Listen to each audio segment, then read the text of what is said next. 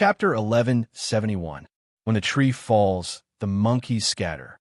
This was true for everyone, and Elder Long was no exception. Hadn't the Qin family been like this in the past? If it hadn't been for the Zhu family and the Song family behind them, the Qin family might have collapsed long ago. Even so, there were still many people who took advantage of the Qin family's difficulties. Otherwise, how could Qin Chang'an get in so easily? However, Elder Long definitely did not expect that the Qin family would end up like him today. As Elder Long lost more and more miserably in this storm, more and more people would kick him when he was down. People like Feng Xiangru and Yang Yaozu would also increase.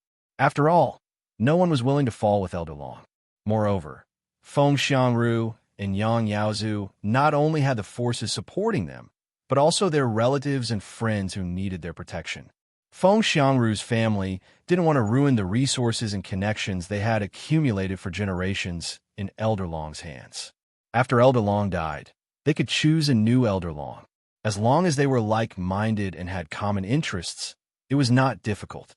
However, if they blindly followed Elder Long to the end, they would pay a price that they couldn't bear. The same was true for Yang Yaozu. He had climbed to his current position from an ordinary nobody. After getting used to the scenery at the top, he was not willing to go back to the bottom.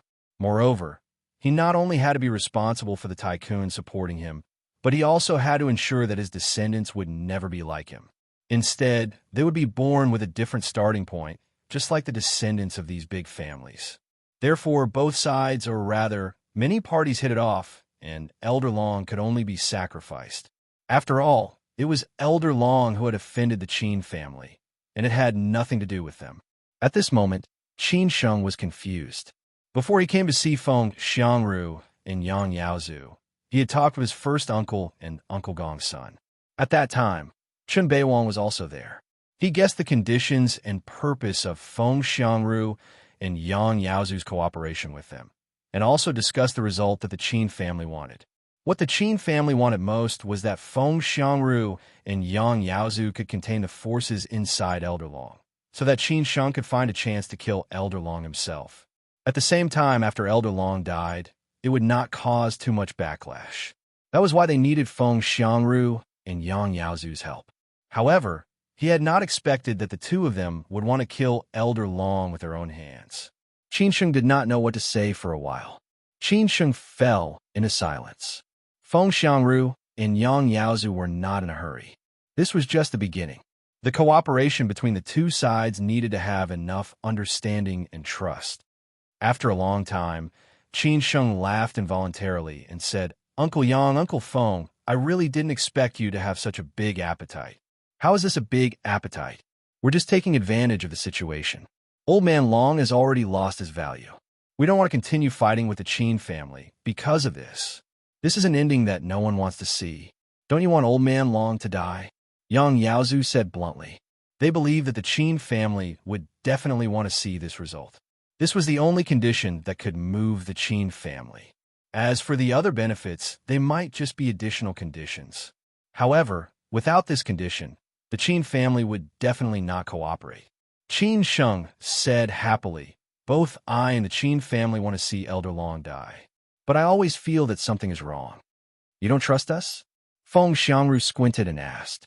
Qin Sheng did not deny it and said bluntly, "To be honest, I really don't believe it. Who knows whether you're playing a trick or not? Maybe you've already discussed it with Old Man Long. It's very likely that it's a trap." Feng Xiangru said unhappily, "Old Man Long has a grudge against the Qin family, but we have no grudge against the Qin family. In recent years, both of us have paid a certain price, but what benefits does it bring us? As you can see, we've suffered a great loss. It's all for Old Man Long. Are we stupid? Moreover, Old Man Long has always wanted to end the Qin family's bloodline.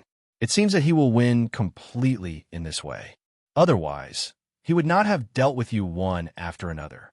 Honestly speaking, if I hadn't tipped him off that time in the Sea of Bamboo in the south of Chuan, how confident would you be to survive? Do you think that Old Man Long would let go of such an easy opportunity?"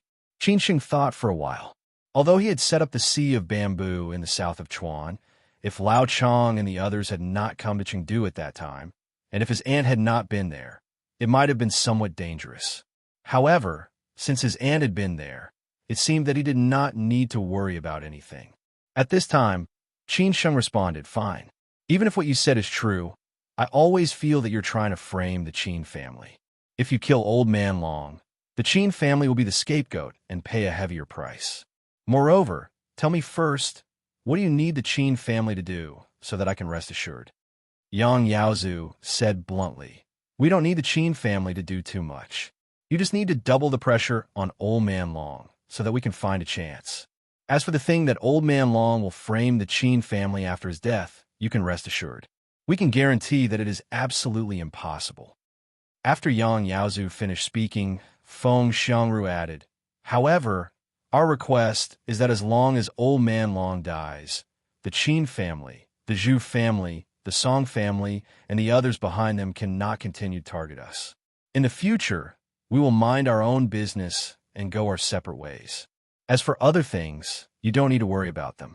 We will give a reasonable explanation internally." Qin Sheng sneered and said, "That's it." Feng Xiangru replied, "What do you mean?" Qin Sheng said aggressively, "You brought down the Chong and family and sent my father to prison. Do you want to let it go? If Old Man Long died because of what happened 20 years ago, who will be responsible for what happened to my father?" Yang Yaozu asked thoughtfully, "What does the Qin family want?" Qin Sheng said unhurriedly, "You have to compensate us, right? Besides, after Old Man Long died, can you eat so much? You have to give up some." What Qin Sheng said was already in Yang Yaozu and Feng Xiangru's consideration. As Qin Sheng said, after Old Man Long died, the Qin family would be in a mess. At that time, they would not have so much energy to eat them all. If they did not eat them, others would come to rob them. It was better to give them to the Qin family as a favor. However, Feng Xiangru did not think that he would agree so easily. He said in a low voice, "We have to go back and discuss this matter. We are afraid that it is easier to invite them in than to send them away." Qin Sheng took the initiative to throw out an olive branch as he said, "Ha ha, Uncle Feng, we still need to trust each other. The Qin family just wants Old Man Long to die. If Old Man Long dies, we may have a chance to cooperate, right?" Feng Xiangru did not say anything. He just looked at the sophisticated young man in front of him quietly. Yang Yaozu felt that the time was right and said directly, "This is a small matter. Let's talk about it later.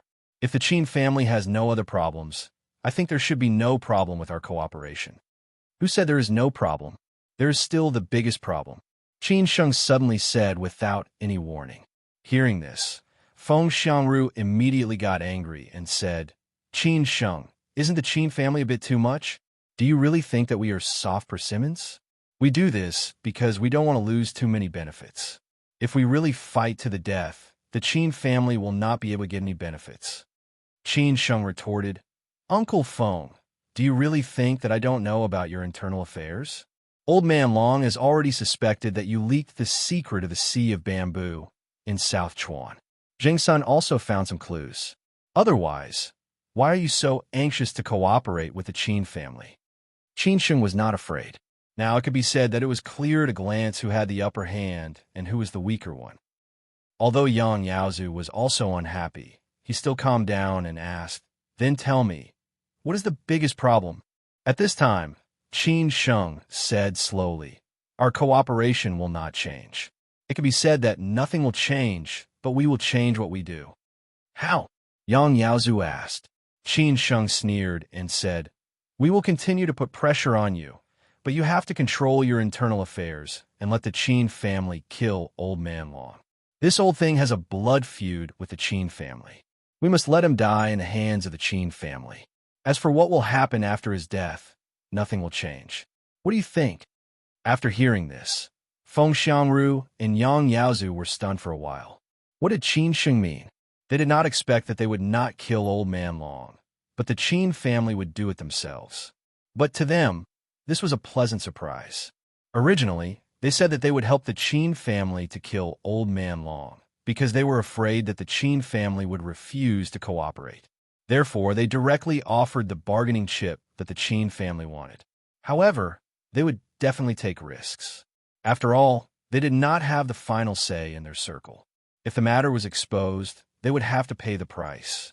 Now that the Qin family said that they would do it themselves, they did not have to take risks at all, which saved them a lot of trouble. It was really a surprise. How could they not agree? Feng Xiangru was overjoyed. He calmed down and said, "Oh, it turns out to be this. I thought it was a big deal. As long as Old Man Long is dead, it doesn't matter who killed him." This was a typical case of taking advantage of others and showing off. Yang Yaozu said honestly, "Are you sure that the Qin family wants to do this? Do you not trust us?" "It's not that I don't trust you. It's just that this is the ending that the Qin family wants," Qin Sheng said disapprovingly. Yang Yaozu took a sip of tea and said, "Since the Qin family wants to do it themselves, we will leave it to you. It will save us a lot of trouble and danger. We will cooperate with the Qin family fully." At this point, the matter was almost over. It was meaningless to talk about other things. After all, they had to do it step by step. Qin Sheng took the initiative to raise his teacup and said, "Let's replace wine with tea. It's a pleasure to cooperate with you. I will wait for your news. I hope it will not be too slow." Feng Xiangru and Yang Yaozu also raised their teacups and said, "It's a pleasure to cooperate with you." Since the matter was settled today, they were completely relieved. It was time for the disturbance to end. Only the death of Old Man Long could completely end this disturbance. Chapter 1172. Chapter 1467. Chapter 1467, we refine with that. Although this meeting was a little rushed, and both sides didn't expect each other to think this way, the process was a little exciting, but the result was still satisfying. Qin Sheng did not expect Feng Xiangru and Yang Yaozu to be so audacious that they dared to attack Elder Long directly and even wanted to kill Elder Long for the Qin family. This was somewhat unexpected to him. From this, it could be seen that the cracks on Elder Long's side were deep enough. Without the support of the big shots behind him, Feng Xiangru and Yang Yaozu definitely wouldn't dare to take the risk out of desperation. Moreover, after Elder Long's death, there wouldn't be any waves that the Qin family expected. What Feng Xiangru and Yang Yaozu didn't expect was that the Qin family actually wanted to do it themselves. They didn't know if it was because they didn't trust them or because they really wanted to kill their enemies with their own hands. But no matter what, they couldn't wait for the Qin clan to do so, as it would save them a lot of trouble and danger. After they were done chatting, Feng Xiangru and Yang Yaozu had no intention of staying any longer. The longer they stayed, the easier it would be for Elder Long to become suspicious. Who knew if Elder Long was monitoring them? Feng Xiangru's situation was slightly better than Yang Yaozu's. Although Yang Yaozu looked calm and collected, he was much more worried than Feng Xiangru. Feng Xiangru had the support of the Feng family. Even if he were to fall out with Elder Long, there was no way he would allow himself to be abandoned. He was different. Although he had the support of that big boss, if Elder Long really made things difficult for him, that big boss might abandon him for the sake of his own interests. After all, for a person like him who didn't have a deep foundation, no matter how capable he was, it was possible that he would be abandoned. Yang Yaozu knew this very well, so he had to strike first to gain the upper hand. After leaving the Sihiyuan, Feng Xiangru and Yang Yaozu got in the same car, and the driver was Feng Xiangru's nephew. They were very careful this time, for fear of any accidents, and they would be doomed eternally. Feng Xiangru said worriedly, "Lao Yang, do you think the Qin family is playing us? I can't help but feel uneasy." Yang Yaozu said slowly, "No, the Qin family is not that narrow-minded. Now, they also want to end this storm. As long as Elder Long dies, they will definitely shake hands with us and make peace with us in the future. We will not pressure the Qin family in other matters. Then, the matter of Qin Chang'an will come to a satisfactory end." He had made these conclusions after careful analysis. He trusted the Qin family quite a lot. If he had not figured out the Qin family from the beginning, Yang Yaozu would not have come to see Qin Sheng so easily. The Qin family had attracted too much attention. It was time to put an end to all this. The big shots on their side all thought so.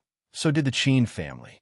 Feng Xiangru said thoughtfully, "I hope that everything will end soon, and I hope that Elder Long won't blame us. Yang Yaozu didn't say anything. He only hoped that the Qin clan would act as soon as possible. In the Sihiyuan, when Qin Sheng was still thinking about other things, Old Master, he walked over. Holding a palm leaf fan in his hand, Old Master, he looked at Qin Sheng, who was deep in thought, and guessed what Qin Sheng was thinking about. Old Master, he did not know what Qin Sheng was talking about, so he asked casually, I really didn't expect this to happen today. Opponents who have been fighting for so long can actually sit together and drink and chat merrily. Are they ready to make peace? Qin Sheng came to himself and said with a smile, Sorry to disturb you, Old Master. Old Master, he continued to ask, They came to you today to beg for mercy or to make peace?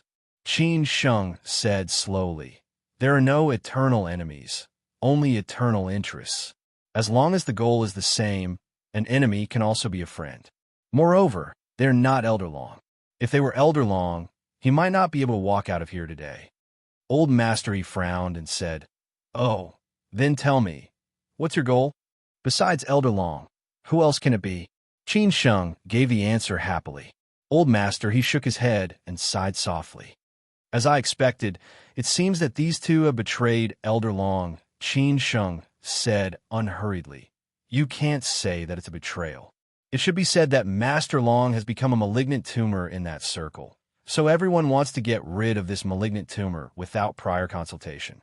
However, they can't do it themselves, so they can only get someone else to do it. After all, the Qin family has an irreconcilable feud with Master Long. Only the Qin family will be eager to see Master Long die suddenly. He had absolute trust in Old Master he. After hearing this, Old Master, he said in a low voice, Once Elder Long dies, you will make peace with each other and live in peace from now on. Why not?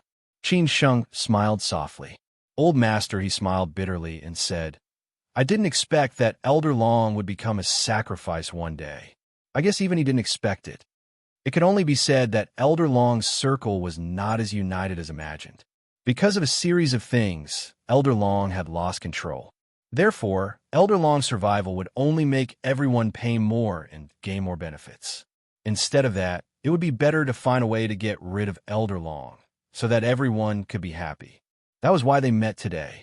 Old Master, he already knew what he needed to know, so he didn't continue to ask about other things. The Old Master had a sense of propriety. When Qin Sheng came out of the Sihiyuan, Chen Beiwang accompanied him back to the West Mountain Villa of the Qin family. On the way, Chen Beiwang seemed to be not interested at all, nor did he ask anything about today's meeting. Qin Sheng didn't know whether Chen Beiwang felt it was inappropriate or something else. If Chen Beiwang asked, he would definitely tell Chen Beiwang. After all, Chen Beiwang represented Uncle Gong's son, who was absolutely trustworthy. Qin Sheng thought too much.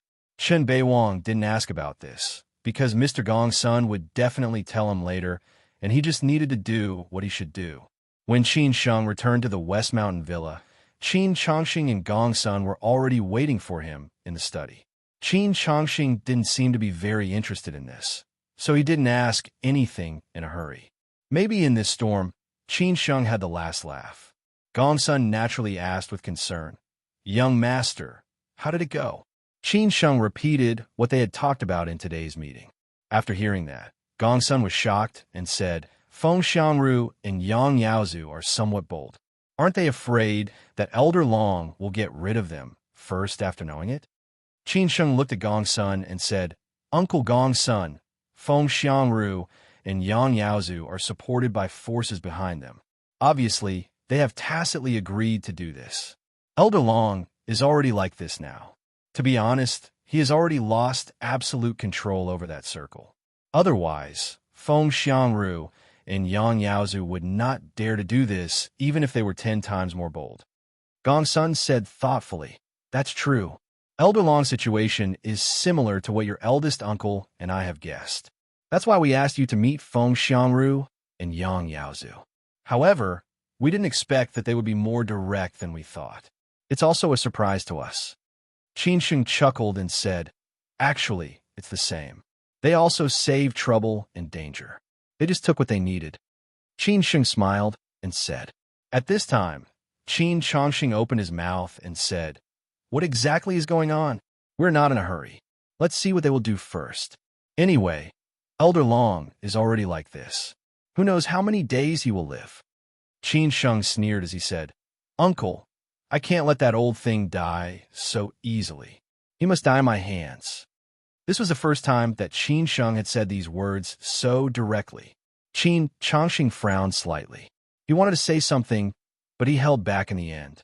After all, Qin Sheng's mother had been killed by Master Long years ago.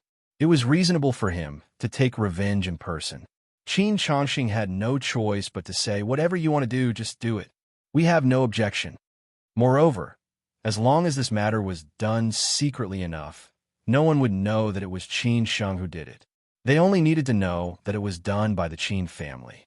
Elder Long's circle was already like this. So what if Elder Long died? Those people could not wait for Elder Long to die. Who would avenge Elder Long? Chapter 1173. Chapter 1468. Chapter 1468. Old friends. The Qin family would continue to put more pressure on Elder Long's circle. Qin Sheng called Mr. Ding after chatting with his uncle and Uncle Gong's son. Mr. Gong's son had arranged for Chen Bei Wang to take action in the Qin family, and Qin Sheng had to inform Mr. Ding about the company. After all, Mr. Ding was in charge of the capital operation. As for Qin Sheng, he just needed to wait for the news. It had been a few days since Qin Sheng came back.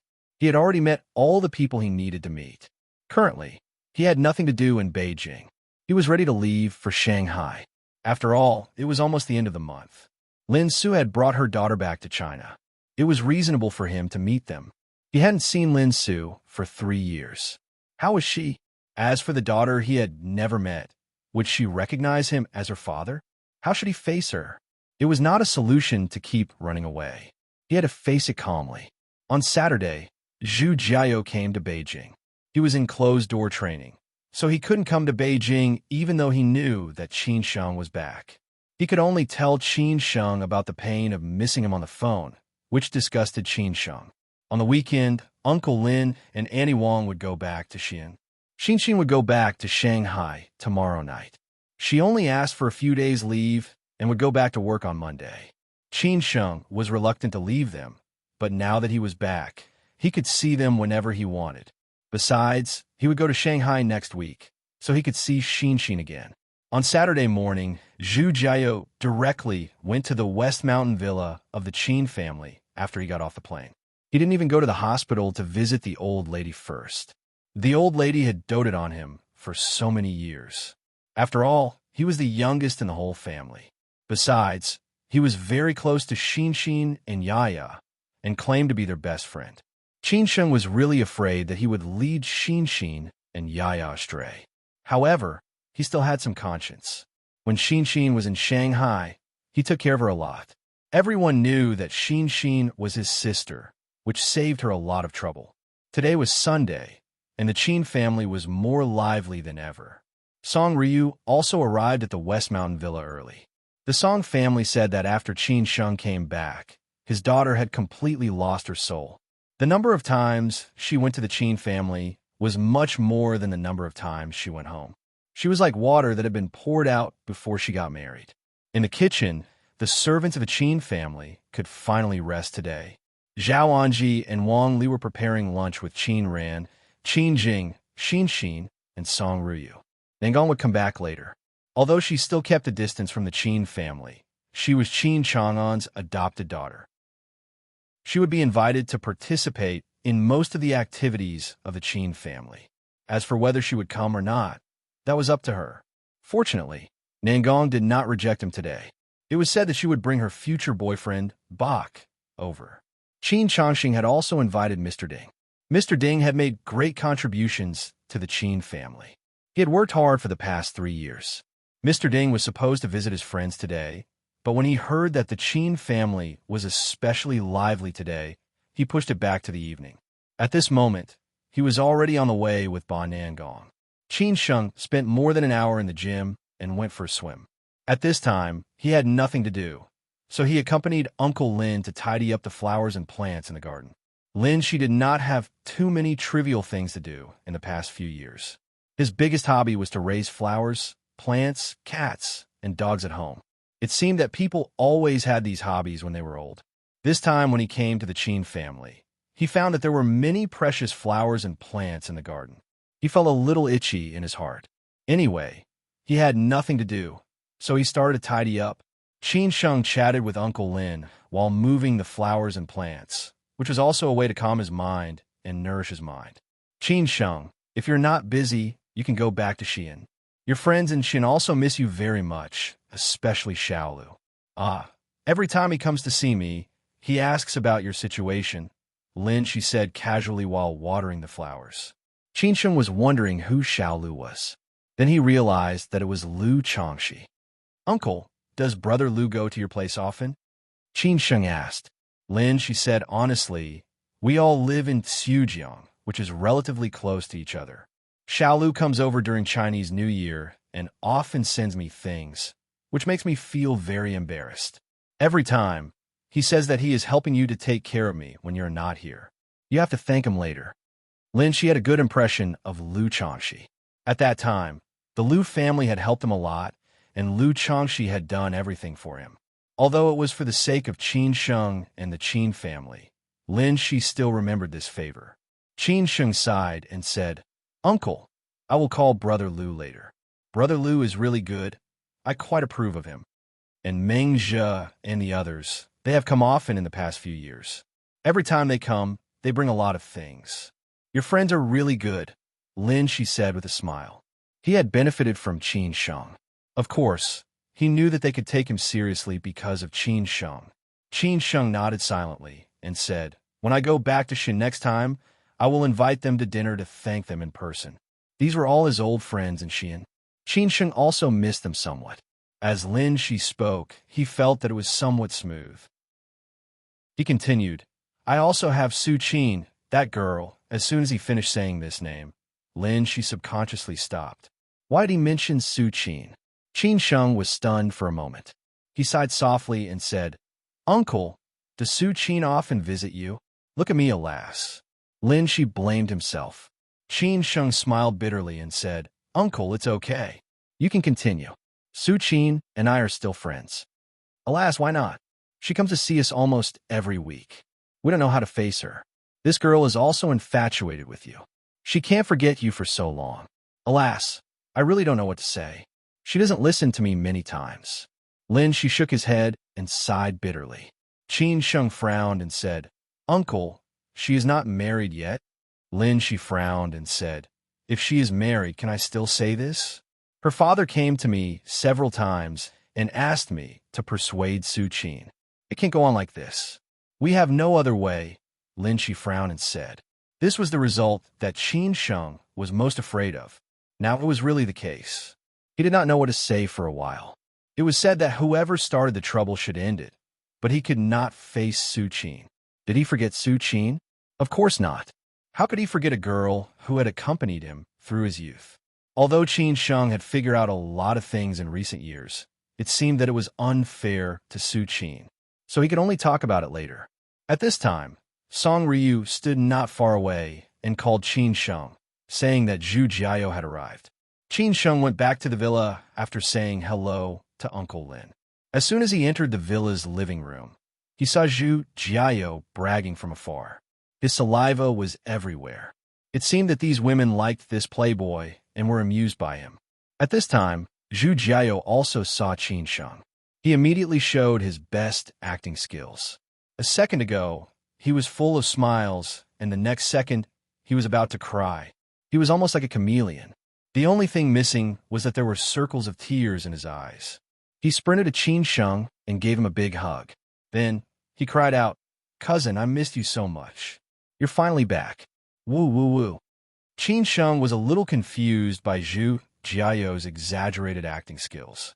After all, they had called several times. Was it so exaggerated?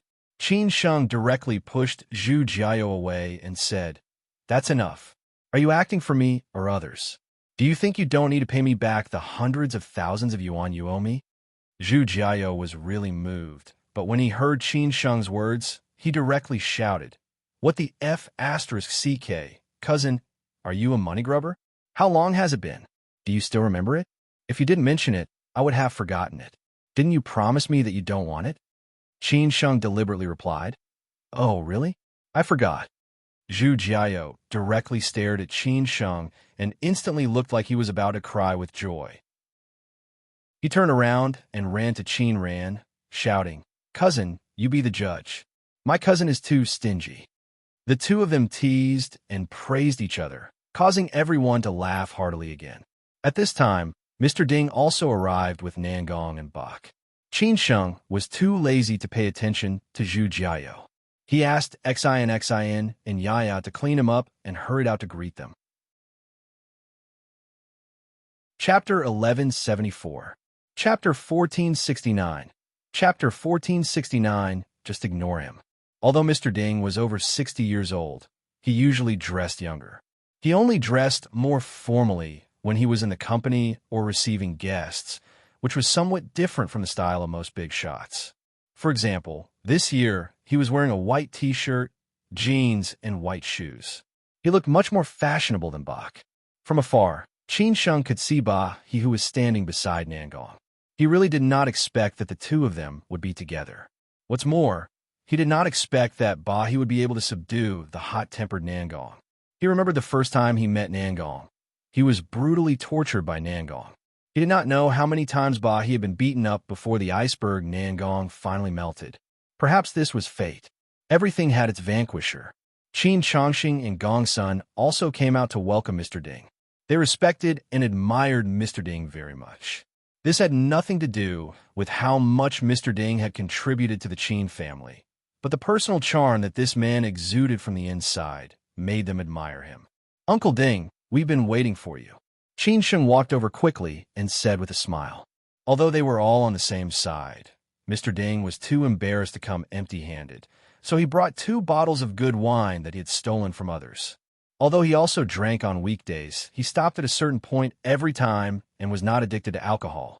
Mr. Ding looked at the people who came out to welcome him and said with a smile, It's really lively today. At this time, Qin Chongqing also came over. He pulled Mr. Ding and said, Lao Ding, let's drink more today. I haven't drunk with you for a long time. Mr. Ding raised the 2 bottles of wine in his hands and said, I came prepared.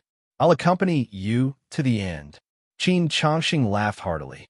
Qin Sheng glanced at Nangong and Bahi, who were walking behind them, and deliberately teased Nangong.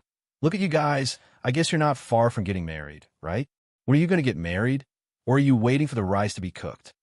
Nangong glared at Qin Sheng rudely. She had never had a good attitude toward Qin Sheng, this rich playboy. After that, she continued to walk forward with Mr. Ding. Bai hurriedly whispered in Qin Sheng's ear, Brother Qin, don't tease him anymore, or I'll be the one suffering when we get back.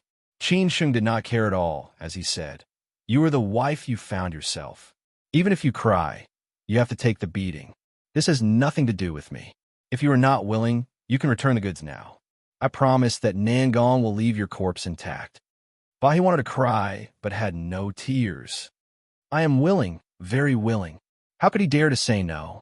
Who knew if the tigress in front was eavesdropping? Bahi liked Nangong, but it was not because Nangong was Master Qin's adopted daughter, nor was it because of the relationship between Nangong and the Qin family. It was not because he wanted to use Nangong as a springboard to step into the Qin family's circle and enjoy glory and wealth in the future. Back then, he had given up his future to plant trees in the desert, which showed that he was not such a person. He liked Nangong simply because he liked him. He liked him from the first time he laid eyes on him. He had pestered him for a full 4 years before they finally got together. It was truly a bitter journey. In the villa, lunch was ready. The Qin family was waiting for Mr. Ding. Fortunately, the dining table in the Qin family's dining room was big enough. Otherwise, it wouldn't be able to accommodate so many people. In the end, the villa was big enough. Everyone present was familiar with each other, and there was no need for additional introductions. Only Lin Shi, Wang Li, and Mr. Ding rarely saw each other, but they had all heard of each other. Lin Shi had long heard of Mr. Ding, who was a big shot in the capital market. The men sat at the side, drinking and chatting. The elders reminisced about the past, and the younger generation listened attentively. The women were quite casual and chatted about trivial matters, but everything was still centered around the two elders, Zhao Anji and Wang Li. Only Zhu Jiao teased Xin and Yaya when he had nothing to do, causing the latter to be filled with resentment. It was not until 3 o'clock in the afternoon that the lively atmosphere came to an end.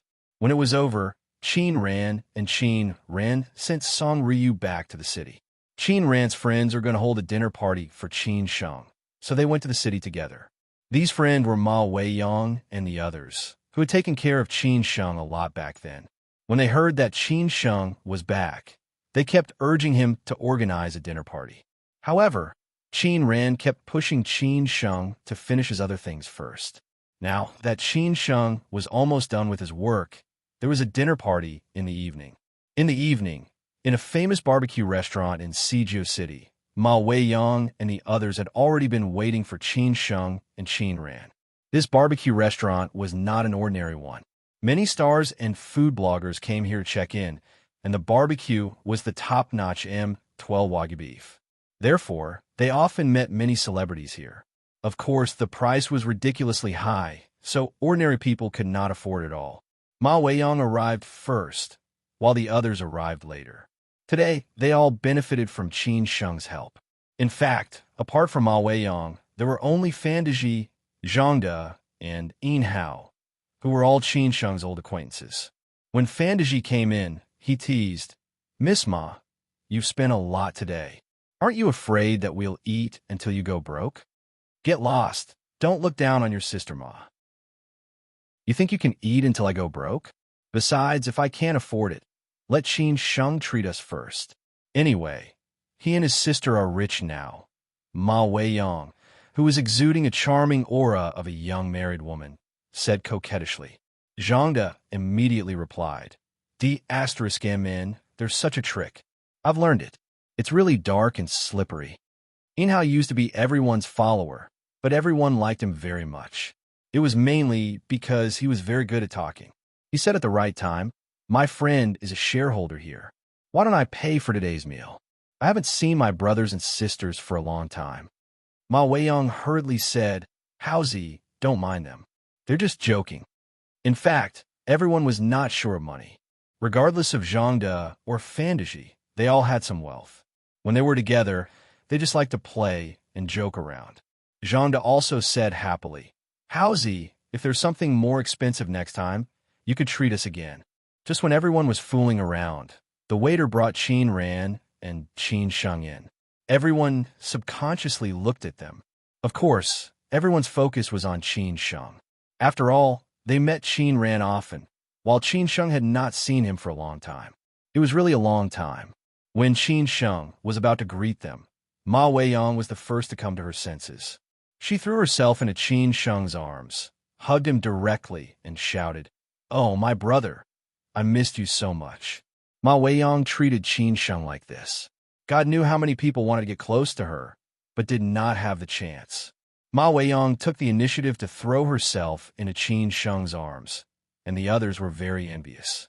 Although Qin Sheng was used to sister ponytail style, he still did not know what to do. He had to gently push Ma Weiyang's shoulder and said, "Sister Ponytail, I can feel your longing. It's your chest that's touching me." Qin Sheng's words almost made everyone burst out laughing. Ma Weiyang immediately pushed Qin Sheng away and said, "F***CK, Qin Sheng, you heartless man. You actually despise my small chest? Is my chest small?" After saying that, Ma Weiyang deliberately stuck out her chest, indicating that she still had a chest. Qin Sheng did not know whether to laugh or cry. He said, "Sister, I didn't mean that." The others laughed maliciously. Qin Sheng hurriedly changed the topic and greeted the others. Fan Deji and Zhang De, who were a few years older than Qin Sheng, said calmly, "Welcome back." Yin Hao, who was more familiar with Qin Sheng, took the initiative to hug Qin Sheng and said, "Brother, I missed you." Qin Sheng patted Yin Hao's shoulder and said, "You've become more handsome.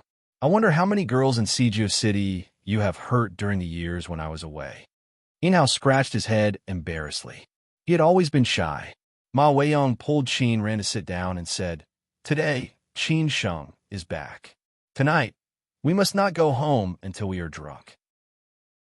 Don't be so wishy-washy like the previous few times. You drink until 10 o'clock and then say that you want to go home. Don't you have any status at home? Look at me. When did my husband ever ask me?" Zhang De muttered, "We are not as bold as you." Fan Deji said with certainty, "Don't worry.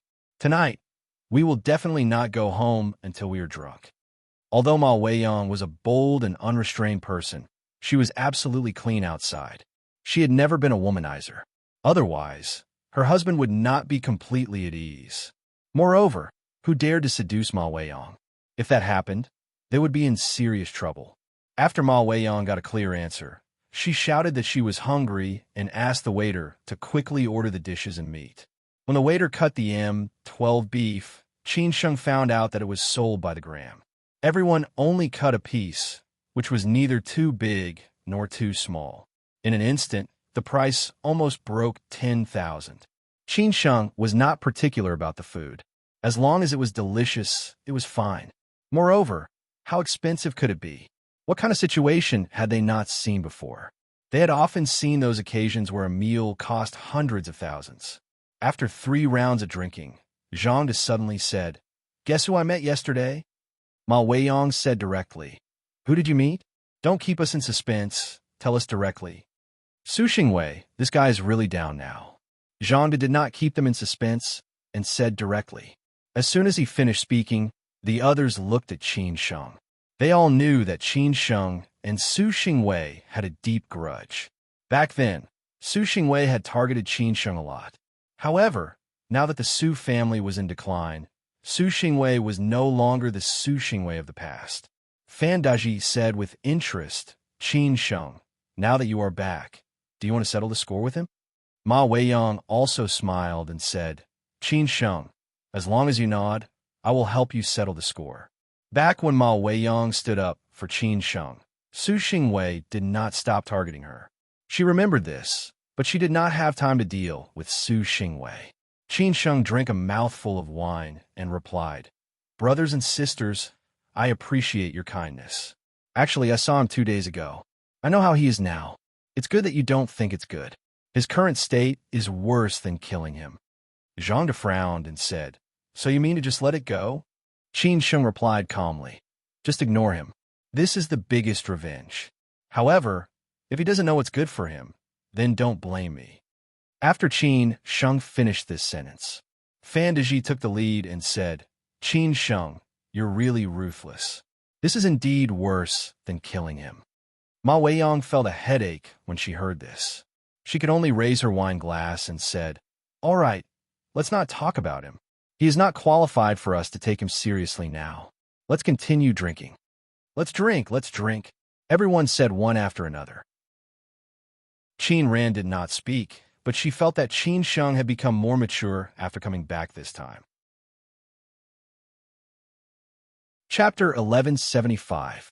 Chance meeting once life was like rowing a boat against the current.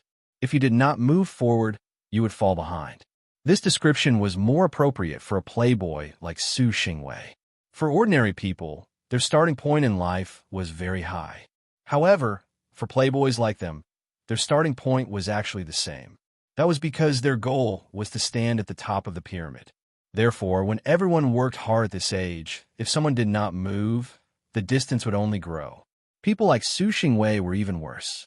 Not only did they not move forward, but they also fell back. Therefore, they suffered the most. Ma Weiyong was a woman. Her father's generation had already accumulated enough glory for her. She did not have to worry about anything in this life. Moreover, she had her husband to help her move forward. Fan Deji and Zhang De were originally not as good as Su Xingwei, but now they had both surpassed him. Moreover, the glory of the family could only speed up one's progress.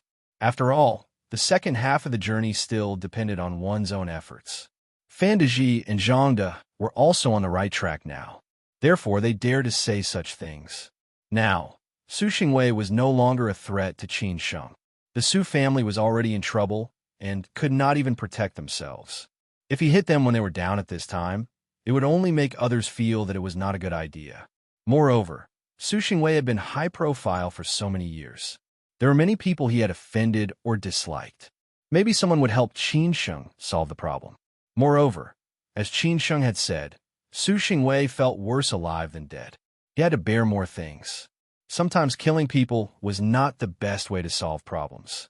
If Su Xingwei really did not know what was good for him, Qin Sheng could only be kind and send him on his way.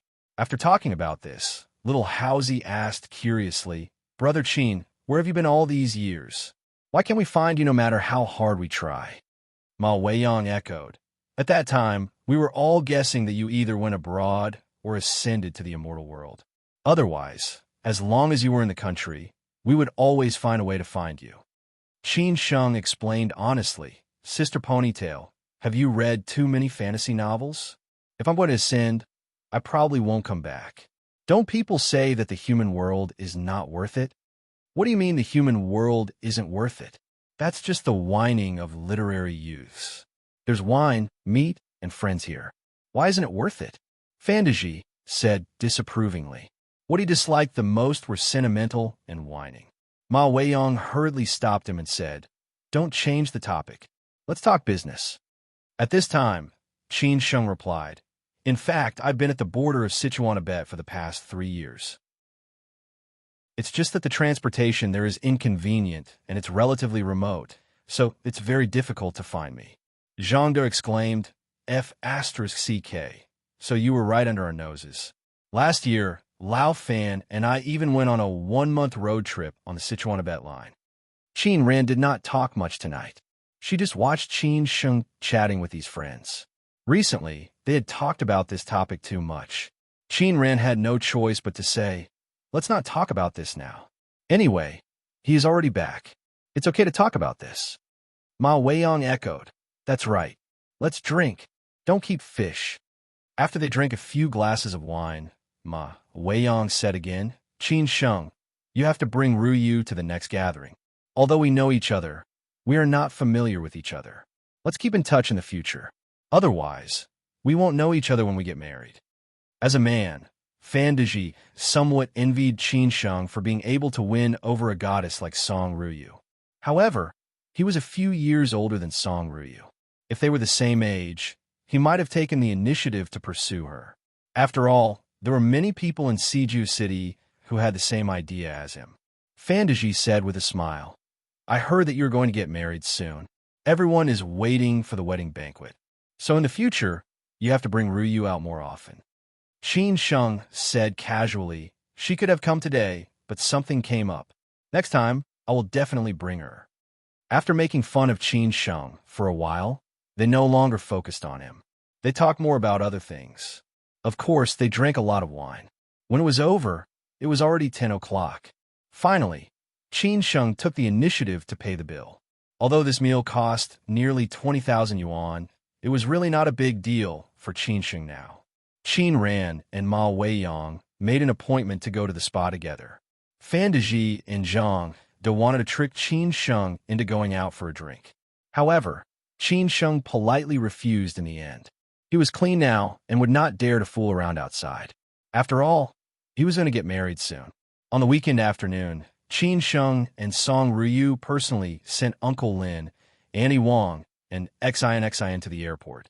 Originally, Uncle Lin and Annie Wang had planned to take the high-speed train back to Xin, but Xin insisted on taking them to Shanghai for 2 days. She said that she would not have time to go back to Xi'an in the next 2 months because she had not spent enough time with her parents. Lin, Shi, and Wang Li had nothing to do in Xi'an, so they went to Shanghai with their daughter for 2 more days. When they parted, Qin Sheng did not say that he would go to Shanghai in 2 days. After all, he had not told Song Ruyu about this. He only told Uncle Lin and Annie Wang to take care of themselves. On the way back to the city, Qin Sheng finally took the initiative to say, "I plan to go to Shanghai the day after tomorrow. There are some things that I need to deal with there. I may also go to Sanya." In addition to meeting Lin, Su, and other friends in Shanghai, there were indeed some things that needed to be dealt with. As for going to Sanya, he would meet Sixth Uncle. There were some things that Qin Sheng wanted to discuss with Sixth Uncle on behalf of the Qin family. Shanghai.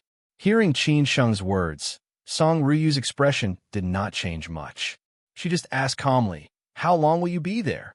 "I'm not sure yet. Maybe a week or half a month," Qin Sheng answered truthfully. Song Ryu nodded silently and did not say anything else. Song Ryu and Qin Ran understood many things, but neither of them pointed it out. Song Ryu had taken the initiative to tell Qin Sheng that Lin Su would go back to China at the end of the month. There were only a few days before the end of the month. Qin Sheng chose to go to Shanghai at this time. What did it mean? However, Song Ryu did not stop Qin Sheng from going to Shanghai. After all, she and Qin Sheng had reached a tacit understanding about some things. Moreover, this time, Qin Sheng's daughter would also go back to China. It was reasonable for Qin Sheng to meet his biological child. On Monday morning, Qin Sheng first went to the hospital to visit his grandmother. Zhu Jiao was also in the hospital. Now that Zhu Qingwen had been transferred back to Beijing and Zhu Changshan was busy with various affairs, Zhu Jiao was completely unsupervised. Zhu Jiao could be said to be carefree in Shanghai. Fortunately, this guy had grown up and did not cause any trouble. Otherwise, he would have been taken back to Beijing and locked up in a cage. After all, when he arrived in Beijing, there would be many people watching him. Qin Sheng and Zhu Jiao chatted with his grandmother until the doctor reminded the old lady that it was time to rest. Zhu Jiao heard that Qin Sheng was going to Shanghai the next day, so he decided to go back with him. After coming out, Zhu Jiao said that he had nothing to do and insisted on following Qin Sheng to the Qin family's company to see the young ladies. He said that the front desk and administrative staff of big companies were all very beautiful, and the Qin family was so rich that they did not lack money. Qin Sheng did not bother to pay attention to him, so he let him follow him. After arriving at the company, he directly threw him to Bach. He talked with Mr. Ding about some business, which was related to Shanghai. After all, Qin Sheng happened to be going to Shanghai and had some things to solve. After talking with him, Qin Sheng was ready to leave. At this time, Mr. Ding said that there was a senior executive in the company who wanted to see him. This senior executive was the youngest in the company, only 30 years old this year. Now he was the second in charge of the company's equity investment business. Qin Sheng was a little confused and asked, "Uncle Ding, why does he want to see me?" Mr. Ding replied with a smile, "You will know when you see him." At that time, many big companies tried to invite him, but he chose us because he came for you. Qin Sheng was very confused. Could it be an old acquaintance? After Mr. Ding walked out of the office, a man with outstanding temperament in a suit and leather shoes walked into the office. He walked slowly to Qin Sheng and looked at him with a smile. "Chairman Qin." The young senior executive greeted him in a neither servile nor overbearing manner. As expected, this man who looked very calm and confident was the young man that Mr. Ding was talking about.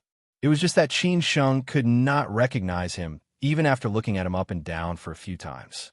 Finally, he could not help but ask, "You are?" When the young senior executive heard this answer, he seemed to be a little disappointed, but soon after, he felt relieved. He said with a smile, "Chairman Qin, it seems that you have forgotten about me, but it's okay." Qin Sheng said slightly awkwardly, "You seem a little familiar, but I really can't remember." The young senior executive said slowly, "A few years ago, Chairman Qin, you stayed in Xiamen for a period of time. At that time, you opened a coffee shop called Spring Breeze. Once you met a boy who was heartbroken there. In the end, you helped the boy to walk out of it. That boy was me." After the young senior executive finished speaking, Qin Sheng suddenly remembered. No wonder he could not recognize him. After all, many years had passed. Moreover, he had only met him once. "It's you," Qin Sheng said, in surprise. The young senior executive chuckled and said, "Yes, it's me. My name is Liu Jiangbai." Chapter 1176. Time flew. Most of the people in this life were passers-by. They would meet each other occasionally, but never again. To Qin Sheng, this young executive, Liu Jiangbai was like that. If not for the time in Xiamen that left a deep impression on him, he would not have remembered who this young executive was. This was under the premise that Qin Sheng's memory was better. However, it was different for Lu Jiangbai. It could be said that the chance encounter at the coffee shop by the seaside in Xiamen had completely changed his life. If he had not completely let go of the girl that he yearned for day and night, he might not have been able to work hard and achieve the achievements he had today. After that, when he returned from studying abroad, he specially went to Xiamen to look for Qin Sheng. Unfortunately, Qin Sheng and Lin Su had already left Xiamen. Lu Jiangbai did not want no favors. Back then, Qin Sheng comforted him and gave him 2 bottles of wine. Initially, he said that he would treat Qin Sheng to a meal when he arrived in Beijing to return the favor. However, who knew that Qin Sheng never called him? This made him unable to forget it. Lu Jiangbai was a top student in Tsinghua University's finance department. Finance was the king of all industries. To be able to enter Tsinghua University's finance department, he was a top student among top students. Moreover, Lu Jiangbai went to Harvard as an exchange student in his 3rd year. After the exchange, Lu Jiangbai stayed at Harvard for his postgraduate studies. This showed how talented and capable he was. Therefore, that girl called Gu Man really had no taste back then. She abandoned Lu Jiangbai, who had great potential. It was not easy to fight his way into Tsinghua University among thousands of people. Moreover, he was an influential person in Tsinghua University's finance department. Moreover, he could go to Harvard as an exchange student. How could an ordinary rich second-generation heir compare to these honors? However, it was useless to talk about these now. Perhaps that girl called Guman did not do it because of these. She just felt that a long-distance relationship was torture for both of them. The love she wanted was to be able to accompany each other and be together every day. However, she had already persisted for 3 years. Why did she not persist anymore? If she persisted until graduation, Lu Jiangbai might not be the current Lu Jiangbai. Lu Jiangbai was not wrong. That girl called Guman was not wrong either. It was just that they were not fated. At this moment, Qin Sheng was most curious. Why was Lu Jiangbai, whom he had only met once, in the Qin family's company? Why are you here? Qin Sheng asked, puzzled. Lu Jiangbai adjusted his glasses and said with a sigh, Chairman Qin, it's a long story. But I'm here because of Chairman Qin. If it weren't for those 2 bottles of beer and those words, I wouldn't be where I am today. So I'm here to return the favor. Qin Sheng shook his head and smiled bitterly as he said, You owe me a big favor. But how did you find me? After saying this, Qin Sheng asked Lu Jiangbai to sit down and talk. After all, it was a long story. After Lu Jiangbai sat down, he said, I went to Xiamen after I graduated from Harvard and returned to China. Now that I think about it, it's really ridiculous to say that this is the last time I come to Xiamen in my life. Then I went to Spring Breeze to look for you, Chairman Qin, who asked you to not contact me for so many years, but who knew that Spring Breeze had already changed its boss. This made me a little disappointed. Lu Jiangbai paused for a few seconds. Qin Sheng interrupted, Don't call me Chairman Qin. There are no outsiders now. Just call me Brother Qin. You can continue. Lu Jiangbai smiled bitterly and continued. Luckily, I know a few friends in Xiamen. After they helped me ask around, I finally contacted Sister Lin Su. Only then did I know that you guys were not in Xiamen for a long time. I didn't expect Sister Lin Su to be in America too, but she wasn't willing to talk about you, so I was too embarrassed to ask. After that, when I returned to America and went to Los Angeles for a business trip, I went to see Sister Lin Su. Only then did I know about you guys. I didn't expect Brother Qin to have such a prominent identity. It seems to be a world of difference from what I thought. Until now, Lu Jiangbai still felt that it was a little unbelievable. At that time, he thought that the boss and lady boss of Spring Breeze were definitely not ordinary. They looked like people with stories, but he didn't expect them to be so legendary. Especially when he went to Los Angeles, he found out that the lady boss, Lin Su, actually lived in the most famous wealthy district in America, Beverly Hills. Her neighbors were all Hollywood bigwigs and superstars. This was not an ordinary family. At that time, he actually had a thought. Could it be that the lady boss, Lin Su, had abandoned the boss and married a super nouveau riche? To be honest, in Lu Jiangbai's heart, the lady boss, Lin Su, was definitely a super beauty. Even if she really found a super nouveau riche, he would believe it himself because the lady boss definitely had the ability. However, after meeting her, he found out that the lady boss, Lin Su, did not abandon the boss. Because the boss himself was a super rich second generation, he could buy a mansion anywhere in America. And the lady boss, Lin Su's family was not bad either. It was also a famous big group in Jiangxia. At that time, Lu Jiangbai finally understood everything. It was just that he also found out about the boss, Qin Sheng. Only then did he know that the boss, Qin Sheng, had actually gone missing. This made him speechless for a moment. No wonder the lady boss, Lin Su, was alone in America with her child. After hearing that, Qin Sheng said in surprise, "You've seen Lin Su?" "Yes, this is also the reason why I came to the company. At that time, I was preparing to return to China to further my career. After Sister Lin Su found out, she recommended me to the company. She said that the new company was in need of talents. After understanding more about it, I felt that it was quite suitable, so I chose to come here," Lu Jiangbai explained truthfully. Qin Sheng did not expect that he would be recommended by Lin Su. Of course, he had his own reasons. The most important thing was that the Qin family's company was more suitable for Lu Jiangbai. After hearing this, Qin Sheng sighed and said, "It's really a small world. I didn't expect that the two of us would have such fate.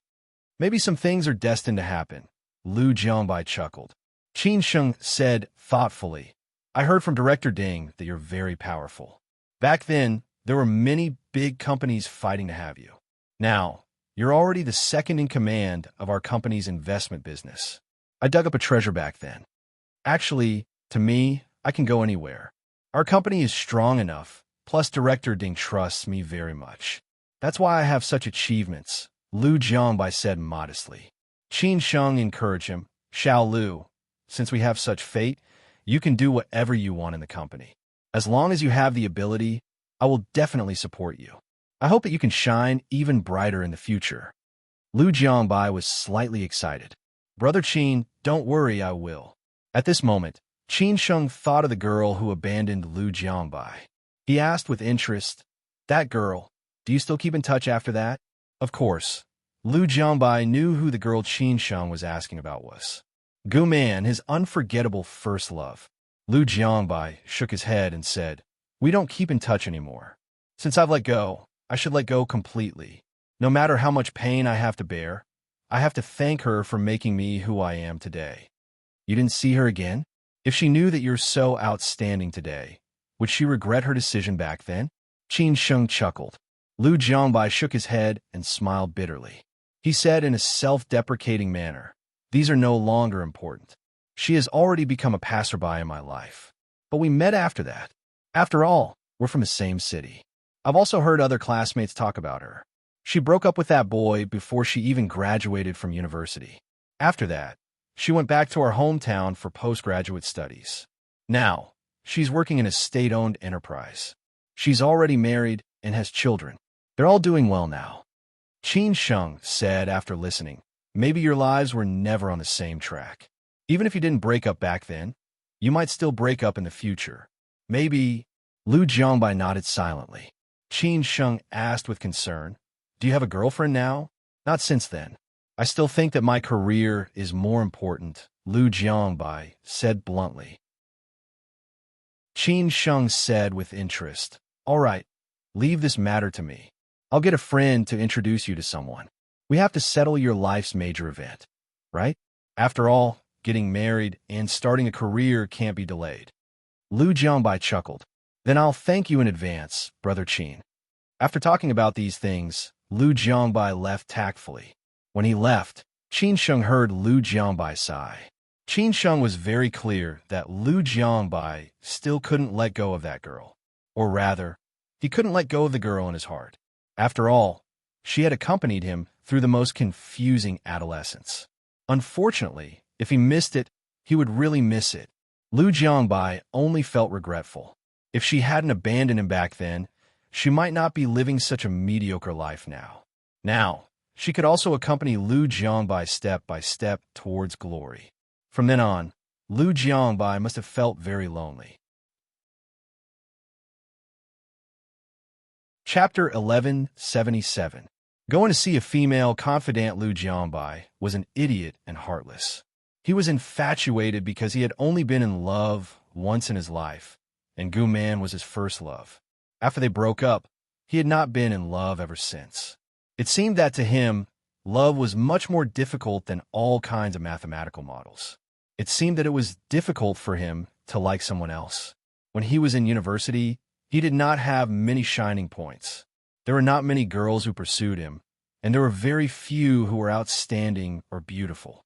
However, after graduation, Lu Jiangbai started to do well in this circle.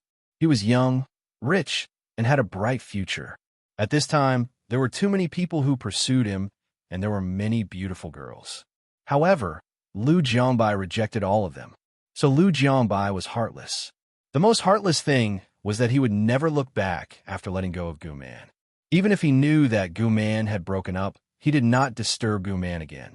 This was heartless and also arrogant. If he was not arrogant, he would not be able to make Mr. Ding admire him. It was a pity that no one would accompany Lu Jiangbai all the way to accompany him to see the scenery at a higher place. So people like him would be lonely.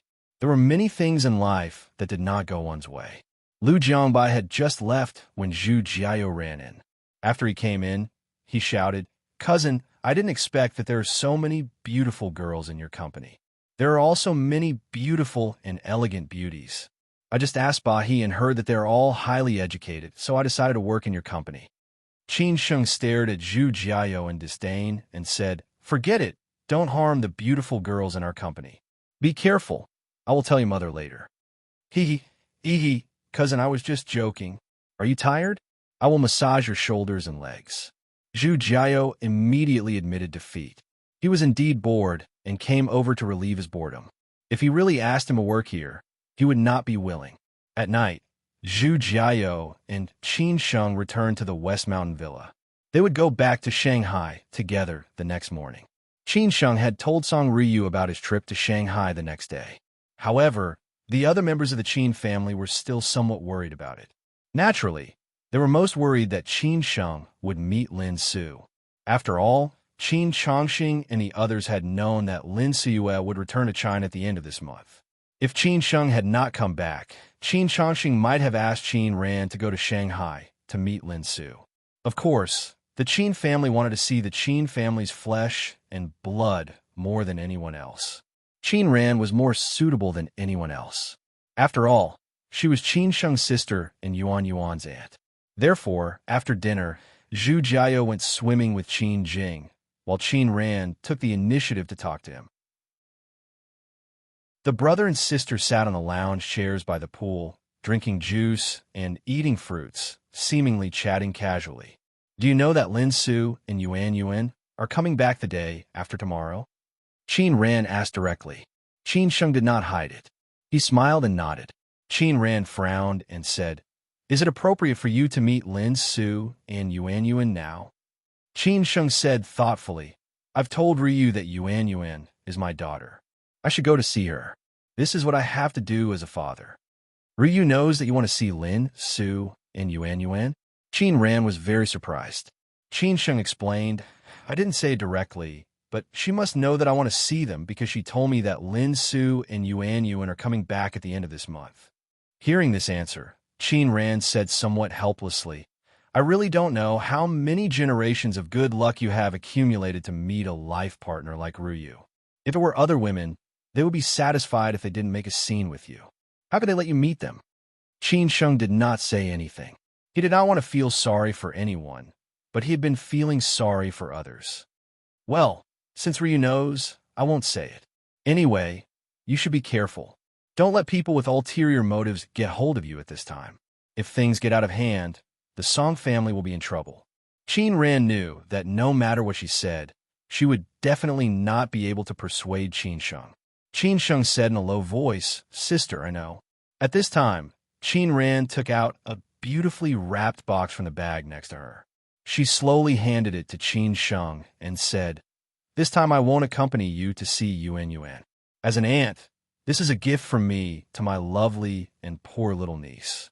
Take it to Yuan Yuan and tell her that she has an aunt who loves her very much. Qin Ran had never seen Yuan Yuan, but she had seen a lot of photos and videos of Yuan Yuan. This little niece was very beautiful and lovely, so Qin Ran felt a little sad every time. Qin Sheng held his sister's hand and said, "Sister, thank you. In this life, having such a sister might be Qin Sheng's greatest luck." The next morning, Qin Sheng set off for Shanghai with Zhu Jiao. Returning to Shanghai after more than 3 years, Qin Sheng was very excited and a little uneasy at the same time.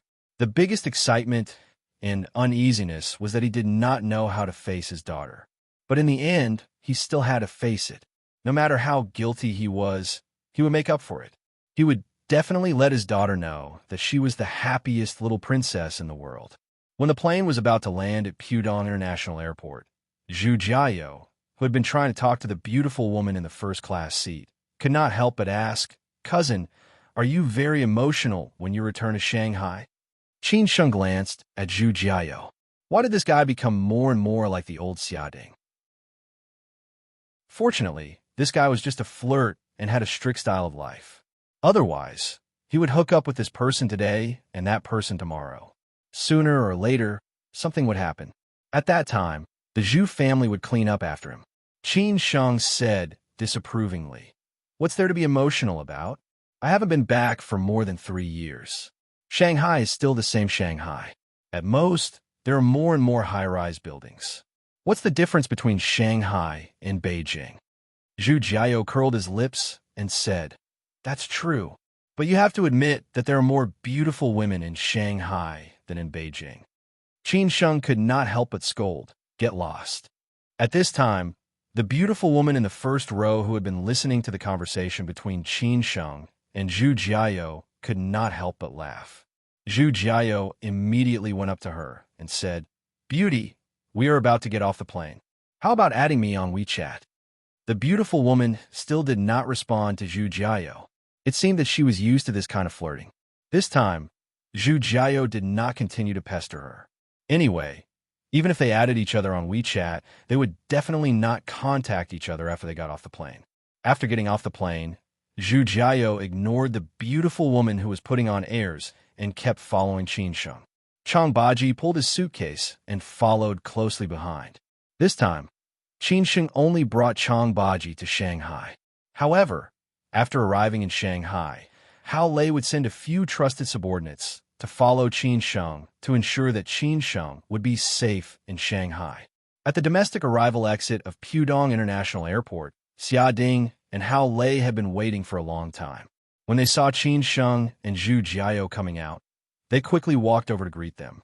After greeting Qin Sheng, Xia Ding gave Zhu Jiao a monkey stealing a peach and scolded him with a smile. "Pomelo, didn't you want to stay in Beijing for a few more days? Why are you back so soon?" Zhu Jiao said arrogantly, "Alas, who asked my cousin to come to Shanghai? As the local tyrant of Shanghai, of course, I have to receive him all the way. I don't trust people like you at all." Xia Ding put his arm around Zhu Jiao's shoulder and said, "Forget it. It must be you who followed us back shamelessly." After chatting for a while, Qin Sheng said directly, "Let's go." Xia Ding and the others then followed Qin Sheng to the parking lot. The beautiful woman who was sitting in the first-class cabin happened to witness this scene. When she saw Xia Ding and Hao Lei, she seemed to be a little surprised. Then she felt a little regretful. She regretted that she did not add the man's WeChat in the first-class cabin and missed such an opportunity. After arriving at the parking lot, Qin Sheng said to Hao Lei directly, "Give me and Lao Chang a car. We'll meet at night." Xia Ding was confused and said, "Lunch has been arranged." "What are you going to do?" Zhu Jiao also echoed, "Cousin, are you going to abandon me? I've arranged all the activities for you today. They are all beautiful women. I know that sister-in-law is strict with you in Beijing. You can be as corrupt as you want in Shanghai." Qin Sheng took the key from Hao Lei and said, "Keep it for yourself." After that, Qin Sheng and Chang Baji got in the car and were ready to leave. Zhu Jiao said unhappily, "Where's my cousin going?" Xia Ding smiled vaguely and said, "Of course, I'm going to see my confidant. Your cousin won't be interested in your mediocre makeup." When he heard this, Zhu Jiao instantly understood. His cousin was indeed his cousin. Amazing, amazing, amazing, just as Xia Ding thought. Qin Sheng returned to Shanghai this time, not only to see Lin Su and his precious daughter, but also to see a woman who had been waiting for him silently. This woman had never cried or made a fuss, as if she had nothing to do with the world. But how could Qin Sheng not feel distressed? Chapter 1178. Wishing that there would be no separation at this moment. Anyone would think that Qin Sheng owed too many love debts and he would have to pay them off for the rest of his life. Old Master Qin's divination all those years ago had come true. The reason why Old Master Qin left with his only grandson was that he was afraid that Qin Sheng would hurt too many girls in Siju City. Siju City was different from other places. If Qin Sheng hurt too many girls, he would make a lot of enemies for the Qin family. Old Master Qin was wise. After Qin Sheng left Pudong Airport with Changbaji, they went straight to Middle Huaihai Road. Hao Lei was still a little worried, so he arranged a car to protect Qin Sheng. However, he had already told Changbaji about it. Although this was Shanghai, it was safer to have more insurance. An expensive, old foreign-style house near Middle Huaihai Road was far from the bustling Bund and Pudong. It was a bit far from the main road, Middle Huaihai Road. Compared with it, it was quiet and leisurely. This used to be the rich area of Old Shanghai. The old rich liked to live in such an unassuming, old foreign-style house. The new rich and the young preferred the mansions on both sides of the Huangpu River. It seemed that the closer they were to the bustling place, the more successful they would be and the more sense of accomplishment they would feel. It was said that there was a legendary story behind every old foreign-style house. It was more likely to be the ups and downs of a family. This old foreign-style house, with high walls and closed doors, was the same. From the outside, one could only see the wall covered with vines. No one knew who the owner of this old foreign-style house was. It was said that the original owner of this old foreign-style house was a tycoon in the Bund. He had been living in Shanghai for most of his life and could be regarded as a legendary figure in his time. But in the end, he could not resist the wheel of history. The younger generation went abroad during the turbulent times, while the old couple was unwilling to leave their homeland. Unfortunately, their later years were more miserable.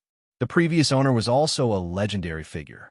He was born in a prestigious family and had a successful life in the Bund. Many people were envious of him. Unfortunately, he was involved in a storm and ended up in jail. He could only stay in jail for the rest of his life. His current master almost had the same fate. Compared to other people who became rich through unorthodox means, they met a benefactor and started to rise rapidly. However, the original sin was too heavy and he was almost punished. He had no choice but to flee abroad. Fortunately, he met an expert when he was young, who gave him pointers so that he could accumulate good deeds over the years. In the end, he met a benefactor and luckily escaped from danger. Now, he had completely cut himself off from the past and was living a leisurely life in his later years. When he had nothing to do, he would go sightseeing and collect things. Most of the time, he didn't live here anymore. He was Jiang Xianbang. The master he met when he was young was Qin Sheng's grandfather, the old master of the Qin family, and his benefactor was Qin Sheng. Rather than saying it was Qin Sheng, it would be better to say it was the daughter of an old friend whom he kindly took in when he was young. This old friend's daughter was Qing Er. In the past 3 years when Qin Sheng was missing, Qing Er's life didn't seem to change at all. She was still so calm and had no desires. Her daily life was still the same, without too many ups and downs.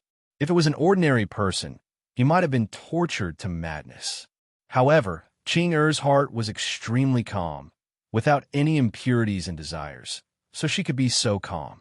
The news of Qin Sheng's disappearance was naturally told to Qing Er by Jiang Xianbang. In the beginning, Jiang Xianbang had been hiding it from Qing Er. As long as he didn't tell Qing Er what happened, Qing Er might never know. After all, Qing Er didn't have much interaction with Qin Sheng's circle. Even though she knew those people around Qin Sheng, she didn't have any contact information. Jiang Xianbang wanted to keep it a secret until the end of time, because he didn't want Qing to be sad. But in the end, he still couldn't help telling Qing because he didn't want to see Qing getting thinner because of lovesickness, which made his heart ache too much. Qing rarely took the initiative to contact Qin Sheng, but occasionally sent messages to ask about him because she knew that Qin Sheng was busy, and she also knew that Qin Sheng would call her whenever he had time. And as long as he came to Shanghai, he would definitely visit her.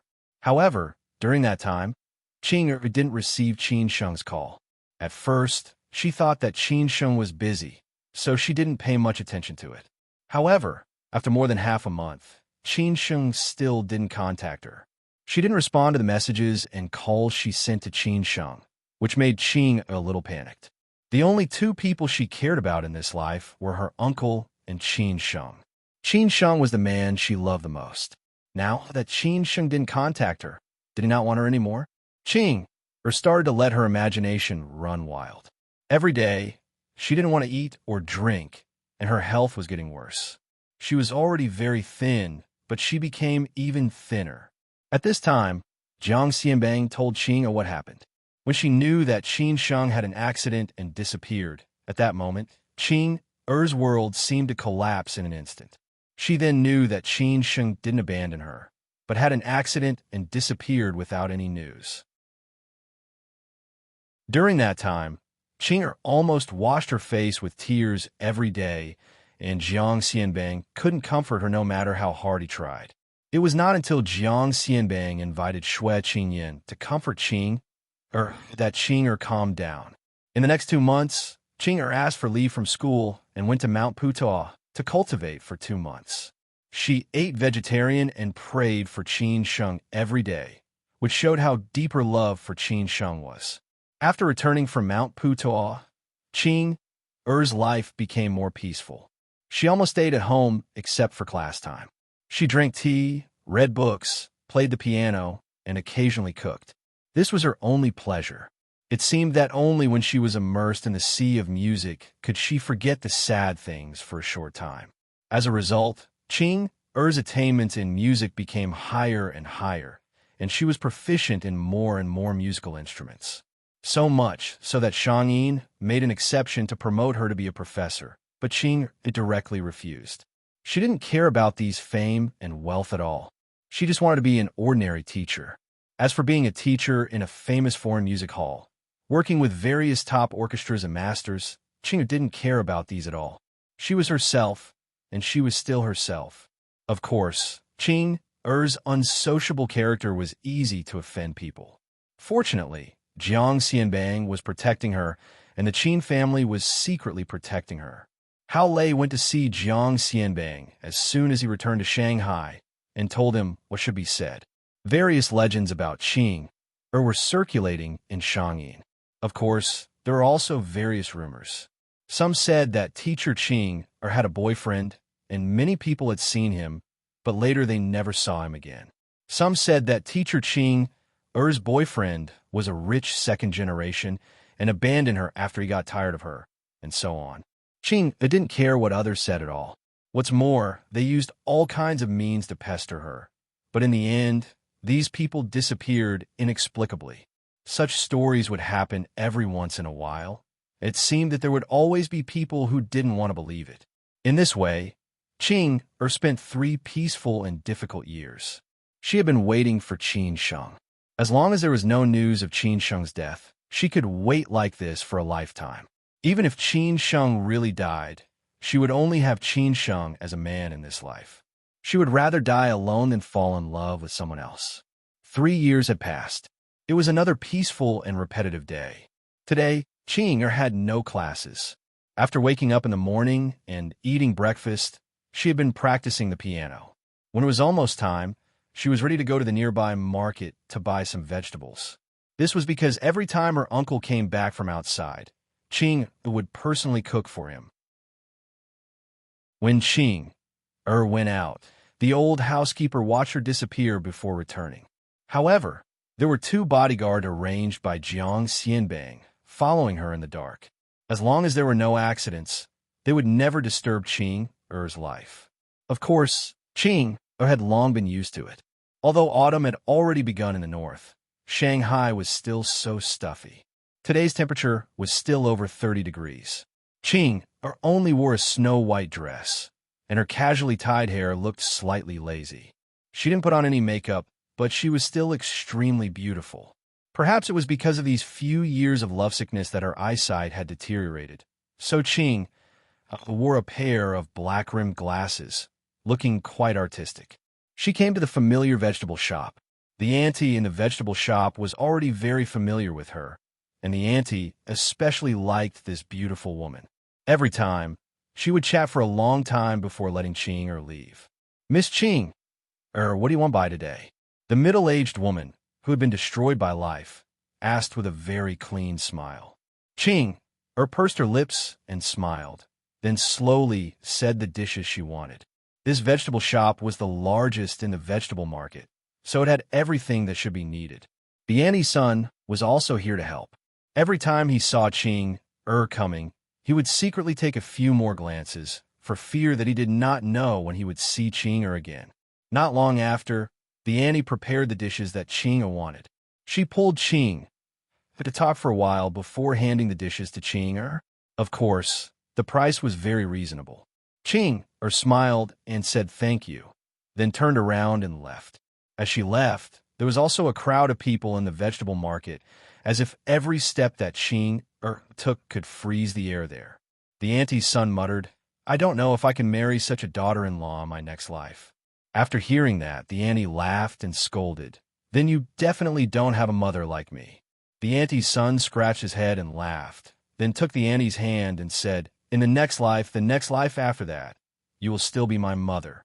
After leaving the vegetable market, Qing went back to prepare lunch with the bought vegetables. Her uncle came back from Xinjiang today and said early in the morning that he wanted to eat some local dishes, so Qing went out to buy vegetables. Along the way, Qing met a lot of neighbors, all of whom were very familiar with her. Qing smiled and greeted them, but never stopped to chat. It was only a 10-minute walk from the vegetable market to the old foreign-style house. Qing walked at a moderate pace. The sunlight shone through the leaves on the ground and on the wall. The breeze blew the leaves in Qing's beautiful hair. Nobody knew whose thoughts were blown by the breeze. After walking through this alley and turning left, she would arrive at the old foreign-style house. Qing just walked and walked like this. When she turned around the corner, she suddenly saw a familiar figure standing at the door of the old foreign-style house. At that moment, her heart seemed to stop beating, and her mind also went blank at this moment. It seemed that she did not suspect anything at all, and did not even take a second look to make sure. She seemed to know that he was back. After a long time, she took a deep breath and took a step again. Slowly, firmly, and warmly, she walked toward him. When she walked up to him, she asked with a smile, "Have you eaten?" He shook his head blankly. She smiled and said, "I'll cook for you." After saying that, she took the initiative to take his hand and walked into the old foreign-style house with a smile. The deeper they walked, the tighter her grip on his hand became. The deeper they walked, the more her eyes became moist, until she could see nothing in the end. Could they never be apart again in this life? Chapter 1179. Was this a dream? In fact, Jiang Xianbang had known that Qin Sheng was back some time ago. Not to mention that Xia Ding and Hao Lei would take the initiative to tell him. He had also heard the news in Sijio City with his powerful connections. After all, he had been paying attention to this news. However, Jiang Xianbang didn't tell Qing. It was not that he didn't want to tell Qing, but he felt that he shouldn't tell her this news. If Qin Sheng came back, he would take the initiative to contact Qing. If he didn't contact Qing, it meant that he was busy. If Qin Sheng came to Shanghai, he would definitely come to see Qing immediately. It seemed that this was the way they should get along. Before Qin Sheng came to Shanghai, he had called Jiang Xianbang and told him that he would arrive at noon today. This was also the reason why Jiang Xianbang changed his plan and came back suddenly. He made up an excuse for Qing, and said that he wanted to eat the local dishes cooked by Qing. In fact, these dishes were all made for Qin Sheng. At this moment, in the kitchen of the old foreign-style house, Qing was cooking, and she drove away Qin Sheng, who wanted to help. She made a pot of tea for Qin Sheng and turned on the stereo to play the music she composed. It had been more than 3 years, and she had never been so happy as today. Today's reunion was like a plot she had seen in a novel. When I miss you, I will appear in front of you accidentally in the afternoon, hold you gently, and whisper in your ear, I miss you. Although it was only the first half of today's story, she was already very satisfied, because when she saw Qin Sheng, she could also feel that Qin Sheng missed her. In the living room, which was full of various musical instruments and antique collections, Qin Sheng listened to music and drank tea while enjoying the air conditioner. Occasionally, he glanced at the busy figure in the kitchen, which made him feel calmer and more secure. Such a pleasant noon really gave him a rare moment of leisure. Not long after Qing went out to buy vegetables, Qin Sheng arrived at the old foreign-style house. When Uncle Wang saw Qin Sheng, he was stunned for a while before he was sure that it was really Qin Sheng. He hurriedly welcomed Qin Sheng in and told him that Miss Qing had gone out to buy vegetables and he would call her right away. However, Qin Sheng smiled and told Uncle Wang not to call him. He stood at the door and waited. After waiting for nearly half an hour, Qing finally returned leisurely. When Qing did not come back, Qin Sheng was a little excited and uneasy. He was most afraid that Qing would blame him or ignore him. After all, he did not know how to explain to Qing that she had been missing for 3 years. However, when he saw Qing, he was extremely calm at that moment. It was as if Qing had some kind of magic that soothed his uneasiness in an instant. She was wearing a white dress and had a head full of black hair. She was still so independent. She didn't wear any makeup on her face, but it was enough to beat many celebrities and internet celebrities. She would always be the campus belle among the students of Shangyin. Qin Sheng just stood there, smiling as he watched her walk towards him. It was as if the fact that they could be together was full of drama and accidents. However, neither of them regretted being together. They were both glad that the goddess of fate had arranged for them to be together. They were supposed to be a couple, and neither of them could be separated. In the yard, Uncle Wang was also in a rare mood. Jiang Xianbang raised Qing as his own daughter. So did Uncle Wang. Uncle Wang saw Qing's life in the past few years and felt sorry for her. However, what could he do? Qin Sheng was missing. This was a fact that no one could change. What Qing wanted to see was Qin Sheng. It seemed that this was the only way to relieve the pain of lovesickness. However, even Jiang Xianbang could do nothing. What could he do? Uncle Wang sat under the parasol outside. He, who had quit smoking for many years, silently lit a cigar. This cigar was Jiang Xianbang's collection. However, Jiang Xianbang was like a brother to Lao Wang. Except for women, Lao Wang could use everything else. After all, they were worldly possessions. However, Lao Wang did not have any desire. Jiang Xianbang had given him what he wanted. For example, he bought a house for his children in Shanghai. His son's wedding was arranged by Jiang Xianbang. His daughter's wedding was even given a large dowry. Where could he find such a boss? He had known Qin Sheng since he was studying in Shanghai. As for Qing, needless to say, they had known each other for many years.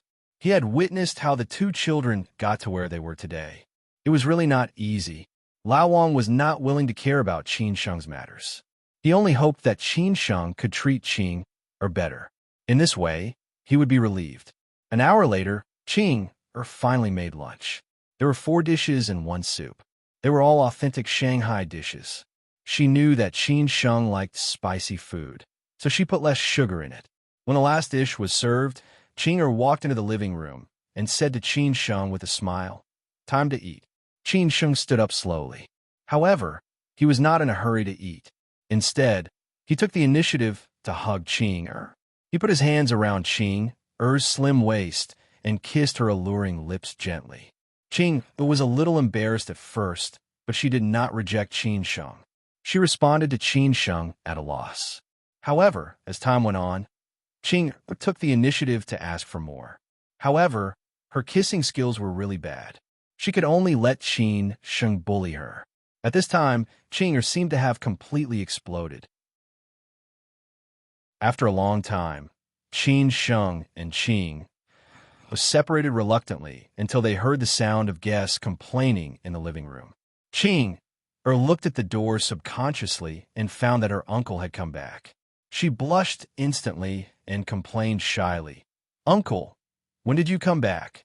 Jiang Xianbang, who rushed back, showed a fatherly smile and said, "I didn't disturb you, did I?" Qing was even more embarrassed and said coquettishly, "Uncle." After saying that, she ran to the dining room. At this time, Qin Sheng walked slowly to Jiang Xianbang and said, "Uncle Jiang." Jiang Xianbang saw Qin Sheng and felt a little emotional. How could he not feel emotional when they met again after 3 years? However, he did not pretend and said with a smile, "You're back." Qin Sheng nodded slightly and said, "Yes, I'm back." Jiang Xianbang said happily, "Accompany Qing well. She has not been easy these 3 years. I'll go take a shower first. We'll talk later." Qin Sheng asked with concern, "Uncle Jiang, have you eaten?" Jiang Xianbang laughed and said, "I have. This meal is prepared for you." After saying that, Jiang Xianbang went upstairs. Qin Sheng turned around and walked to the dining room. Qing asked casually, "Why didn't you come?" Qin Sheng said softly, "Uncle Jiang has eaten. He said we don't need to care about him. Let's eat." During the meal, Qing kept putting food into Qin Sheng's bowl. She ate a few mouthfuls and stopped eating. Her appetite was as small as usual. Then she looked at Qin Sheng quietly and continued to put food into his bowl. Qin Sheng did not stand on ceremony and ate like a whirlwind. After lunch, Qin Sheng chatted with Jiang Xianbang and Qing in the old foreign-style house. They talked about how they had spent the past 3 years. Qing heard that Qin Sheng had been so miserable in the past 3 years and felt very upset. She just quietly poured tea for Qin Sheng. Because she could not help Qin Sheng at all, she always felt that she was very useless. During this period, Jiang Xianbang asked about Qin Sheng. This matter had been going on for several years, and many people had been paying attention to it. Of course, Jiang Xianbang was one of them. Qin Sheng just replied, "It may take a while to get the result." Jiang Xianbang did not ask anything more. Qin Sheng stayed in Jiang Xianbang's old foreign-style house until about 6 o'clock. Because in the evening, Xia Ding, Hao Lei, and others were going to Shangshan Ruoshui to welcome Qin Sheng.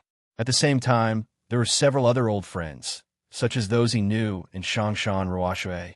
Of course, there was also a woman he did not know how to face. Besides Xue Qingyan, who else could it be? This Miss Chong Sam had been worried about Qin Sheng these years. She had been quietly taking care of Lin, Su, and Yuan Yuan in the United States. When Qin Sheng went out, Qing was a little reluctant to part with him. But Qin Sheng also promised that he would come back at night. He would definitely stay here tonight. After all, he had nowhere else to go in Shanghai. When Qin Sheng got in the car and left, Qing had been standing there for a long time. She murmured to herself, "Uncle, am I dreaming?" Jiang Xianbang comforted her. "How could it be a dream? He really came back." "He came back." Qing giggled. Until now, she had not accepted this fact. It seemed so unreal. The person she loved the most, who had disappeared for 3 years, had quietly appeared in front of her. At this moment, the yearning that she had suppressed for 3 years finally erupted, and she burst into tears. He couldn't stop it no matter what. Oh. Chapter 1180. A smooth journey ahead, it was a small world. However, some people might never meet again. Some encounters were destined to happen. For example, Qin Sheng and Qing their fates had been intertwined, so they would meet sooner or later. It was just that some encounters were as fierce as a violent storm, while some encounters were as warm as a gentle breeze after the warm sun shone high in the sky. Obviously, Qin Sheng and Qing met the latter. Maybe it was because of this calmness that Qing felt a little unreal. After all, she had waited for 3 years. Jiang Xianbang was old and had experienced too many parting. He didn't feel too much. He just smiled and comforted this silly girl, and finally took her home. It was already evening. The afterglow of the setting sun made the old district of Shanghai quite charming. The charm of a city was naturally the old district, and the protection of the old district in Shanghai was also in the forefront. After all, most of the new cities in the country were similar, and they were all the same. Shangshan Ruoshui was not far from Middle Huaihai Road, and it was originally a 10-minute drive. However, it was rush hour, and no one could do anything about the traffic jam in Shanghai, although Xia Ding and Hao Lei had already arrived. 3 years of experience made Qin Sheng extremely calm. Moreover, 3 years had passed, and a few minutes did not matter anymore. About 20 minutes later, Qin Sheng and Chang Baji finally arrived at Shangshan Ruoshui. Not far from the gate of Shangshan Ruoshui, there was a small accident, and they collided with a valuable Lamborghini. Qin Sheng, who had been looking at his phone, did not expect that Lao Chang, who was very experienced in driving, had never had any accidents for so many years. What happened today? Our responsibility? Qin Sheng raised his head and asked with a frown. Chang Baji shook his head directly and said, "No, the Lamborghini's responsibility." He turned around and did not avoid the straight car. Our speed was already very slow, and we had been going straight for more than half, but he still forced us to turn around. Obviously, it is their responsibility. At this time, a young man dressed in fashionable clothes got out of the Lamborghini. He arrogantly patted Qin Sheng's ordinary Mercedes-Benz S450, took off his sunglasses, and scolded loudly. "Idiot, do you know how to drive? Can't you see that I'm turning around? What's so great about driving a broken Mercedes-Benz? You crashed into my Dainyu. You can't even afford it, even if you sell your car." Xia Ding and the others had driven a few cars today, but this Mercedes-Benz S450 was the cheapest. Qin Sheng preferred to keep a low profile now, so he chose this car. If he was driving Xia Ding's Kuranin, the Lamborghini probably wouldn't dare to make a U-turn. Qin Sheng did not get out of the car. He did not need to deal with such a small matter by himself. Chang Baji did not care about the arrogance of the young man. After all, young people were hot-tempered. At the same time, he waved at the bodyguard car that followed closely behind, indicating that they did not need to get out of the car in case the scene was too big. Chang Baji replied politely, "Turn around and go straight. This should be your responsibility, right?" Hearing Chang Baji's words, the young man became even more impolite and scolded. "My responsibility? Can't you see that I'm turning around? I'm so unlucky today. How are you going to compensate me?" Chang Baji's facial expression changed slightly as he said, "I advise you to watch your mouth." The young man was used to being domineering. He did not expect that the old man in front of him actually dared to refute. He directly replied, "Are you threatening me?" The young man originally had road rage, plus he was in a bad mood today, so he took the beauty in the car out to drink. He did not expect to encounter such a thing. Chang Baji really did not want to argue with him. He said unhappily, "We should all have the car recorder. Then let's wait for the traffic police to come." "Wait for the traffic police? Do you think I'm afraid of you? Believe it or not, I will make a phone call and directly impound your car." The young man was furious. Chang Baji shook his head helplessly and smiled bitterly. He really did not know how the young people nowadays had such a bad temper and background. Sometimes he really did not know how he would die in the end.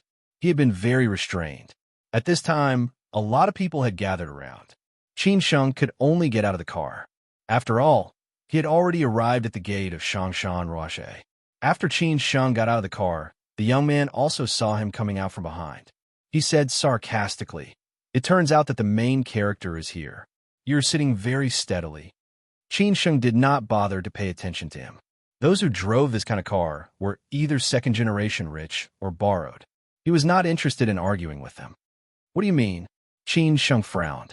Chang Baji said truthfully, "Waiting for the traffic police." Qin Sheng thought for a moment and said, "Then I will go in first. You can directly come in after you finish." "Well, I will let them protect you in." Chang Baji nodded silently and arranged. Qin Sheng did not need such a big show. He shook his head and said, "No, it is just at the gate. What can happen here?" After that, Qin Sheng walked out of the crowd and was ready to leave. The young man saw that the main character had left, leaving only the driver. He was even more unhappy. He was about to chase after Qin Sheng while swearing. Unfortunately, he was quietly stopped by Chang Baji. So Qin Sheng left first. Chang Baji stayed here to clean up the mess. When Qin Sheng walked to the gate of Shangshan Ruoshui, Liu Yuan had been waiting at the gate. When he saw Qin Sheng, Liu Yuan quickly walked over and gave Qin Sheng a big hug directly. Qin Sheng, how have you been since we last met? After that, he seemed to feel that it was a little inappropriate to call Qin Sheng by his name. After all, Qin Sheng was not the Qin Sheng they met for the first time. Not to mention Qin Sheng's series of background. He was the big boss of Shangshan Ruoshui. So Liu Yuan quickly changed the way he addressed him. No, I should call you Big Boss. Qin Sheng laughed and said, Brother Liu, you are too polite. Although Liu Yuan knew Qin Sheng earlier, their relationship was not so close. Even if they met again and talked for a while, they did not have too many complicated feelings. After the two released, Qin Sheng looked at Liu Yuan and said, Tut, tut, tut. Why are you fat now? Liu Yuan laughed and said, As a married man, don't you know that it is normal to be fat? Are you married? Qin Sheng was surprised. Liu Yuan chuckled and said, I am not young anymore. Of course I am married. My baby is already 2 years old. Qin Sheng was speechless when he heard this. It seemed that he was much slower than others in the 3 years he left. Liu Yuan did not dare to waste Qin Sheng's time. After chatting for a while, he said, Let's go in and talk. Sister Shui and others are already waiting for you. Hearing the word, Sister Shui, Qin Sheng's heart trembled slightly. He was going to see Sister Chongsam soon. In a while, Sister Chongsam would definitely not be nice to him. He had better be prepared to be scolded in advance. After walking 2 steps, Liu Yuan reacted and said, Hey, by the way, why did you walk in? And, isn't Lao Chong with you? Only then did Qin Sheng repeat what had happened at the entrance. Liu Yuan was stunned and said, It is really a coincidence that something happened at the door. I will send someone out to see what happened. Qin Sheng did not say anything. He did not need to worry about these small things. This Shangshan Ruoshui is more famous than before. I have heard a lot of people in Beijing talking about it. It seems that you did not let me down these years. Qin Sheng said with a smile. What he said was true. Shangshan Ruoshui was now more famous than before. Although Shangshan Ruoshui was also very powerful in the past, only a small number of people in Shanghai knew about it. People knew more about Yongfu Association, Bankers Club, and so on. But now Shangshan Ruoshui was definitely ranked first in Shanghai.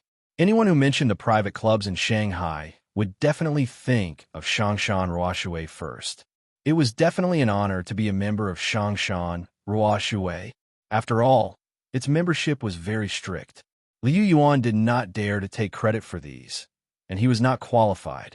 He quickly said, This is all thanks to Sister Shui. Without Sister Shui, there would not be today's Shangshan Ruoshui. Of course, Qin Sheng knew this was the ability of Sister Chongsam.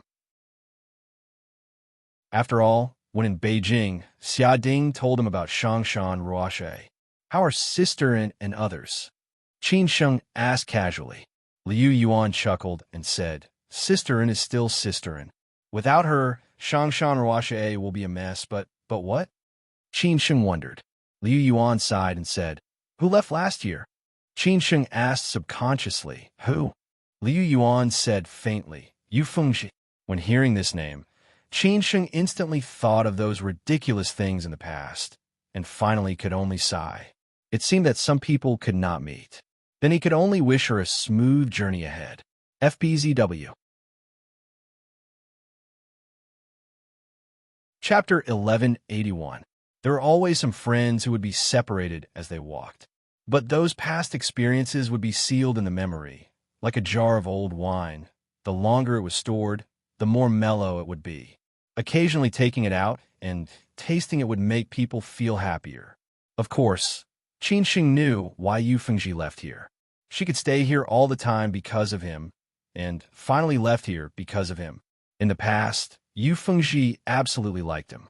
If Qin Sheng had stayed in Shangshan Ruoshui, maybe Yu Fengji would have pestered him and chased him. Even if Qin Sheng had been fooling around in the bund, even if Yu Fengji had Lin Su and other women, As long as Qin Sheng could accept her, she was willing to be the unnamed woman behind Qin Sheng's back. However, Qin Sheng walked further and further away and flew higher and higher. Yu Fengji also became more and more clear that it was impossible for her and Qin Sheng to be together. They were already people from two different worlds, and she still had a long way to go, especially after Qin Sheng disappeared. She was completely disheartened. She did not leave earlier because Qin Sheng was looking forward to Shangshan Ruoshui, and he also put a lot of effort into it. After Shangshan Ruoshui reopened and was on the right track, Yu Fengji chose to leave. For Yu Fengji, Qin Sheng felt a little guilty. Hearing her leaving, he also felt a little sad. But the road of life was still very long. Qin Sheng also believed that Yu Fengji's future life would be wonderful. No matter where he was, he would bless Yu Fengji. After talking about Yu Fengji, Liu Yuan took Qin Sheng to the box on the third floor.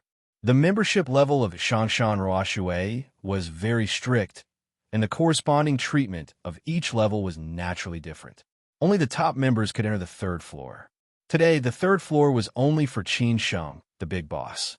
At the door of the box, Liu Yuan pushed the door and entered.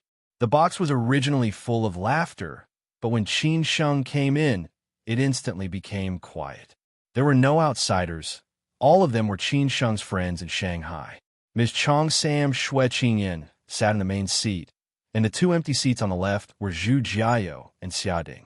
These two seats were naturally for Qin Sheng and Chang Baji.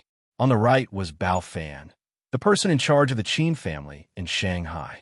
Now, he had already retired and handed all the resources to Hao Lei, Qin Sheng's real confidant. On Bao Fan's right were Hao Lei and Han Bing. Hao Lei, who had retired and had nothing to do, had followed Qin Sheng around for many years. Now, he could be said to have reached the peak of his life. As for Han Bing, it was needless to say. This little rich lady, who used to rely on Qin Sheng, had now become Hao Lei's little wife. When Han Bing and Hao Lei were dating, many of her friends looked down on Hao Lei. After all, Hao Lei was just by Qin Sheng's side at that time. No one knew what achievements he had. They all thought that he was just an ordinary loser. However, when Qin Sheng disappeared and Hao Lei returned to Shanghai, he had already become the new person in charge of the Qin family in the Yangtze River Delta. At that time, Hao Lei had already soared to the sky. No one dared to say that Hao Lei was not worthy of Han Bing. They only felt that Han Bing had a really good taste and found her Mr. Right. As for today, Hao Lei was definitely a big shot in Shanghai. Most of the young people of his age couldn't be compared to him. The last one was Mizan, who ran Shangshan Ruoshui well. Mizan was now also a person with money and power in Shanghai. Naturally, she had the golden signboard of Shangshan Ruoshui behind her. She complimented Shangshan Ruoshui. These people could sit here today because they had an intersection with the same person, that was Qin Sheng. Now, the protagonist finally appeared. After Liu Yuan entered the door, he said, "Our big boss is here." Everyone got up and looked at Qin Sheng with a smile. Among them, Zhu Jiao, Xia Ding, and Hao Lei had already met Qin Sheng. Only Shui Qingyin sat still. She had a lot of resentment against Qin Sheng. Qin Sheng said with a smile, "Sorry to keep you waiting." If Xia Ding and Hao Lei hadn't reminded Zhu Jiao might have teased a few words. "Cousin, did you go to meet your lover?" Mizan was the closest to Qin Sheng. She smiled very charmingly and said, "Big boss, if you don't come back, we will quit." Qin Sheng chuckled and said, "Mizan, you have worked hard these years. I will give you more bonuses later." "You don't have to. As long as you come back, my morale will be stable," Mizan said politely. Qin Sheng looked at Bao Fan and said, "Uncle Bao, long time no see. Why do you look younger and younger? What kind of magic pill have you taken?" Bao Fan, who was full of the aura of a mature middle-aged uncle, pointed at Qin Sheng and said, "Good boy, you are finally back. I must have a few drinks with you tonight. As for the magic pill, there is no magic pill. It is just that I feel relaxed when I have nothing to do. When I have nothing to do, I should exercise more and walk more." Qin Sheng said happily, "It seems that Uncle Bao's retirement life is very comfortable." Bao Fan laughed out loud and didn't say anything else. Qin Sheng looked at Han Bing and said, Bing Bing, happy wedding. It is a pity that I can't make up for your wedding. I will give you a big gift later. Han Bing, who had changed from a carefree rich lady to a good wife and a good mother, was full of the charm of a young woman. She smiled and said, Thank you for your blessing. As long as you are back. Han Bing's feelings for Qin Sheng were very complicated. After her father died, she regarded Qin Sheng as her only support. Qin Sheng also helped her solve a lot of problems. She became more and more dependent on Qin Sheng and treated this dependence as love. It was not until later that she realized that the kind of love she had for Qin Sheng was not the kind of love between lovers. Maybe it was because Qin Sheng did not want to hurt her and kept a distance from her, so she became closer to Hao Lei and finally got together with him. Everyone greeted each other. The last one was Xue Qingyan, who had been as calm as Mount Tai. Everyone also knew that the relationship between Qin Sheng and Xue Qingyan was the most complicated. Qin Sheng walked slowly to Xue Qingyan and said with some guilt, Sister, I am back. How have you been these years? Good or not, what does it have to do with you? Xue Qingyan replied very coldly. Her emotions were like a 10,000-year-old iceberg, which could not be melted no matter what. Xue Qingyan was still Xue Qingyan. Time did not leave too many traces on her, but made her more mature and full of femininity. It was just that her love life was still a matter of worry. Anyway, he had already expected this situation. Qin Sheng could only be thick-skinned and said, Sister, I am your brother. How can it have nothing to do with me? It is all my fault for making you worry. Aren't you well? What should I worry about? Xue Qingyan's response was still full of resentment. Xia Ding was closer to Xue Qingyan, so he had to laugh it off and said, Boss, you should sit down first. Sister Xue just thinks that you came back too late. When you were not here, you don't know how much she missed you. Xue Qingyan said unhappily, You know so much? Xia Ding quickly shut up. He had seen Xue Qingyan angry, and she flew into a rage. Once, there was a member who flirted with a waitress in Shangshan Ruoshui after drinking too much. Coincidentally, Xue Qingyan was also in Shangshan Ruoshui that day. She directly slapped the member, and more appropriately, he even dared not to fart, let alone take revenge. Qin Sheng was quite embarrassed, but he could only sit down first. At this time, Ms. made arrangements. Can we serve the dishes first? Xue Qingyan did not want to pay attention to Qin Sheng, but subconsciously asked, Why didn't Lao Chang come? Although Chang Baji was Qin Sheng's personal bodyguard, in the eyes of everyone, Chang Baji was not a bodyguard, but their friend. Today was a friend gathering, so Chang Baji naturally had to be there. Qin Sheng hurriedly explained, when the car turned around at the door, there was a small accident, and Lao Chang was there to deal with it. Are you all right? Although Xue Qingyan did not want to pay attention to Qin Sheng, she absolutely cared about him. Many things could not be hidden, such as this sentence. After hearing it, Qin Sheng replied very warmly, We are all right, just a little scratch. Xia Ding said casually, We don't need Lao Chang to deal with such a small matter personally. We can just find a bodyguard and go there. Qin Sheng said, Liu Yuan has already sent someone over. Let's eat first. Lao Chang will come over later. Therefore, Mizzen immediately ordered the waiters to serve the dishes and pour the wine. In order to ease the atmosphere, everyone began to talk and laugh. Xue Qingyan did not speak all the time. No matter how Qin Sheng led the topic to her, she ignored it. When all the dishes were served, Bao Fan suggested that everyone raise their glasses to welcome Qin Sheng back to Shanghai. At this time, Chang Baji arrived late. After entering the door, Lao Chang greeted everyone with a smile. Everyone was very familiar with Lao Chang, so they all responded one after another. After that, Lao Chang sat down beside Qin Sheng. Qin Sheng asked casually, Are you all right? The other party is a bit unreasonable and seems to have some connections. I think it will be disadvantageous to us if we deal with it. I can't be bothered to deal with it and let the people of Shangshan Ruoshui deal with it. It seems. After Chang Baji explained, he stopped talking. Qin Sheng said with interest, It seems that he's also a member of Shangshan Ruoshui. They came in right after me. Chang Baji said truthfully. Upon hearing this, Qin Sheng could not help but laugh. Then he said, "That's interesting. I hope we won't run into each other again later."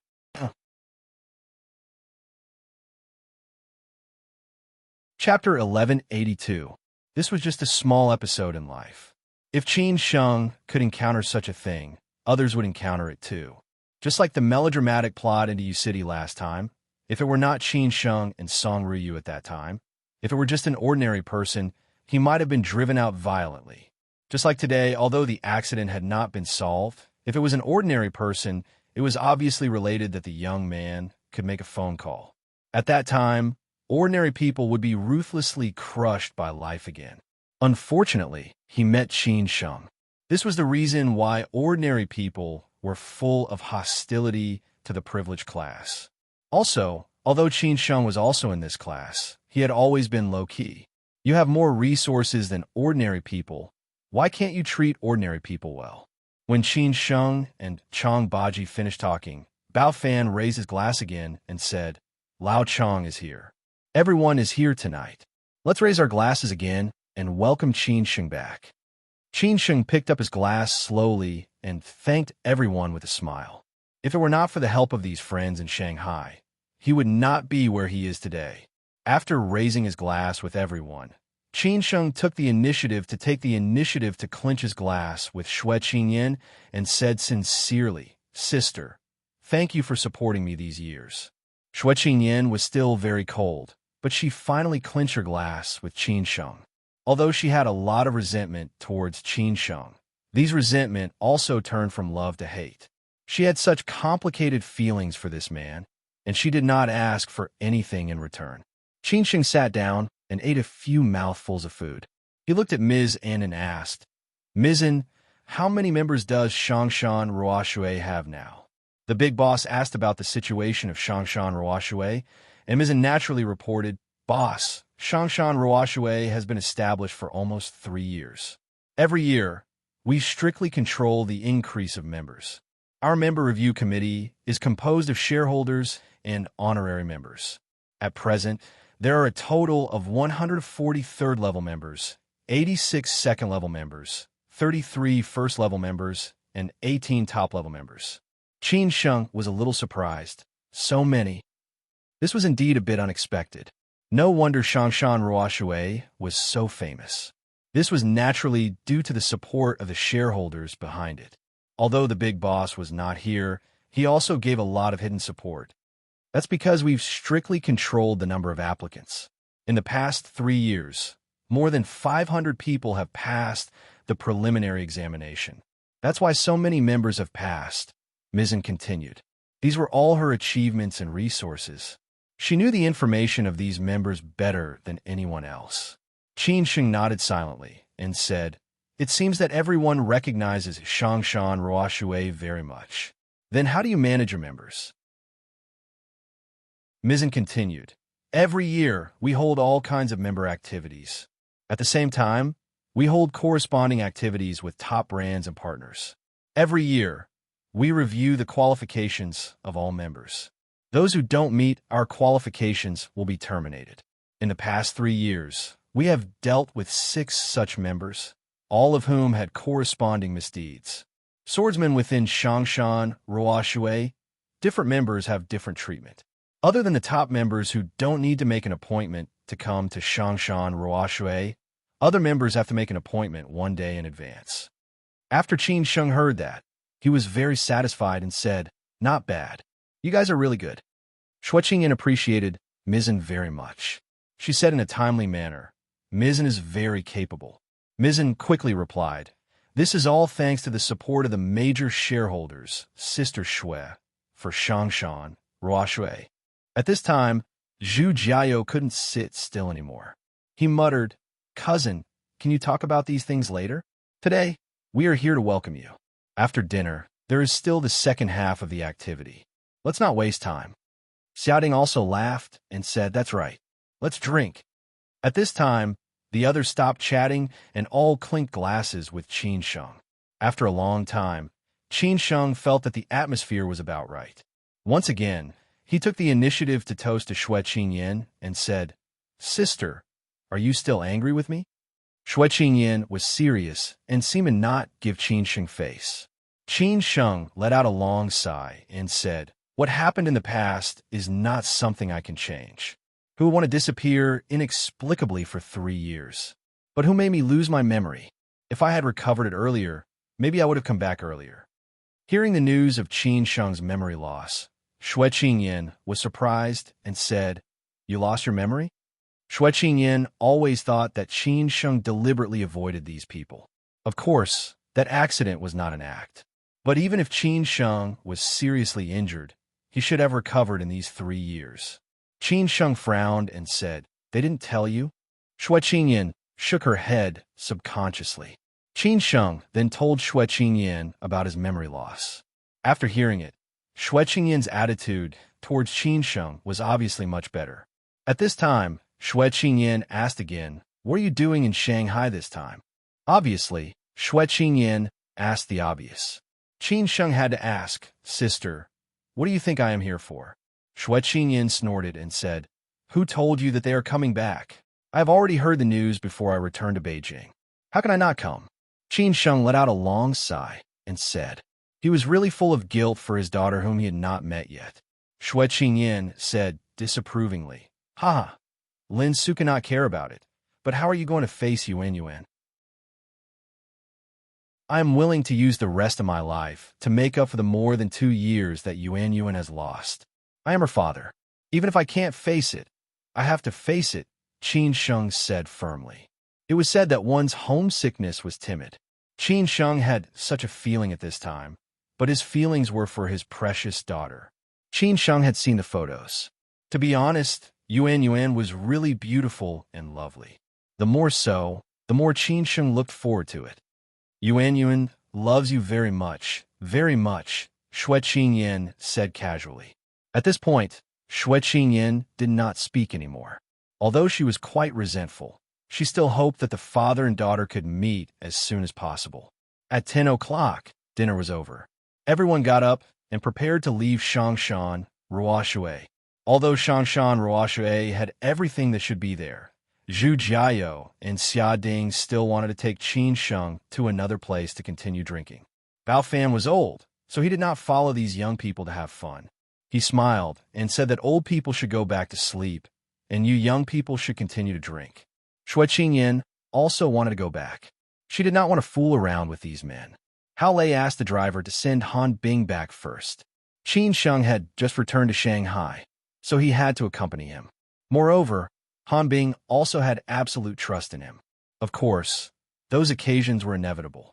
But as long as Hao Lei did not cheat, she was relatively magnanimous. After all, she also knew what kind of person her man was. Moreover, she had absolute trust in Qin Sheng. At most, these few men would just drink and drink with women. When walking out of the box, Qin Sheng did not follow the others because Song Ruyu called him. This wife was checking on him, and Qin Sheng did not dare to refuse to answer. The others could only go downstairs and wait. Qin Sheng answered the phone while walking. Song Ruyu had just taken a shower and was lying on the bed. Although she had no objection to Qin Sheng going to Shanghai, she still felt a little uncomfortable in her heart. No matter how magnanimous she could not pretend that nothing had happened. Song Ryu did not ask what Qin Sheng was doing. Qin Sheng took the initiative to report, "Xia Ding and Hao Lei want to welcome me. I just finished dinner in Shangshan Ruoshui and want to go to another place to drink some wine. Uncle Bao and Sister Shui are also there." "Did you drink too much?" Song Ryu asked casually. Qin Sheng chuckled and said, "Just a little. I can't drink too much." "Drink less," Song Ryu said with concern. Qin Sheng nodded and said, "You haven't slept yet? How was your talk with your teacher today?" "I just took a shower and went to bed after reading for a while. I only talked with my teacher for half an hour. He has too many things to do, and I can't delay him for too long. But my teacher said that when you go back to Beijing, he wants you to see him," Song Ryu said meaningfully. Today, her teacher also talked with her about Qin Sheng. Hearing this news, Qin Sheng slightly frowned and felt a little stressed. After all, Song Ryu's teacher was not an ordinary person. Originally, he had planned to see her 3 years ago, before the accident happened. who knew that these things happened later, and it was delayed until today. But what should come would come, and he still had to see him. Qin Sheng took a deep breath and said, "I'll go back to Beijing as soon as possible." Later, Song Ruyu and Qin Sheng said some sweet words between lovers and hung up. Song Ruyu wanted to tease Qin Sheng, but finally, she held back because she was afraid that Qin Sheng would think too much.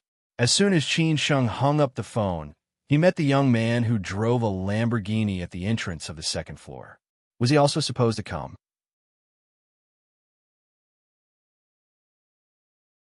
Chapter 1183.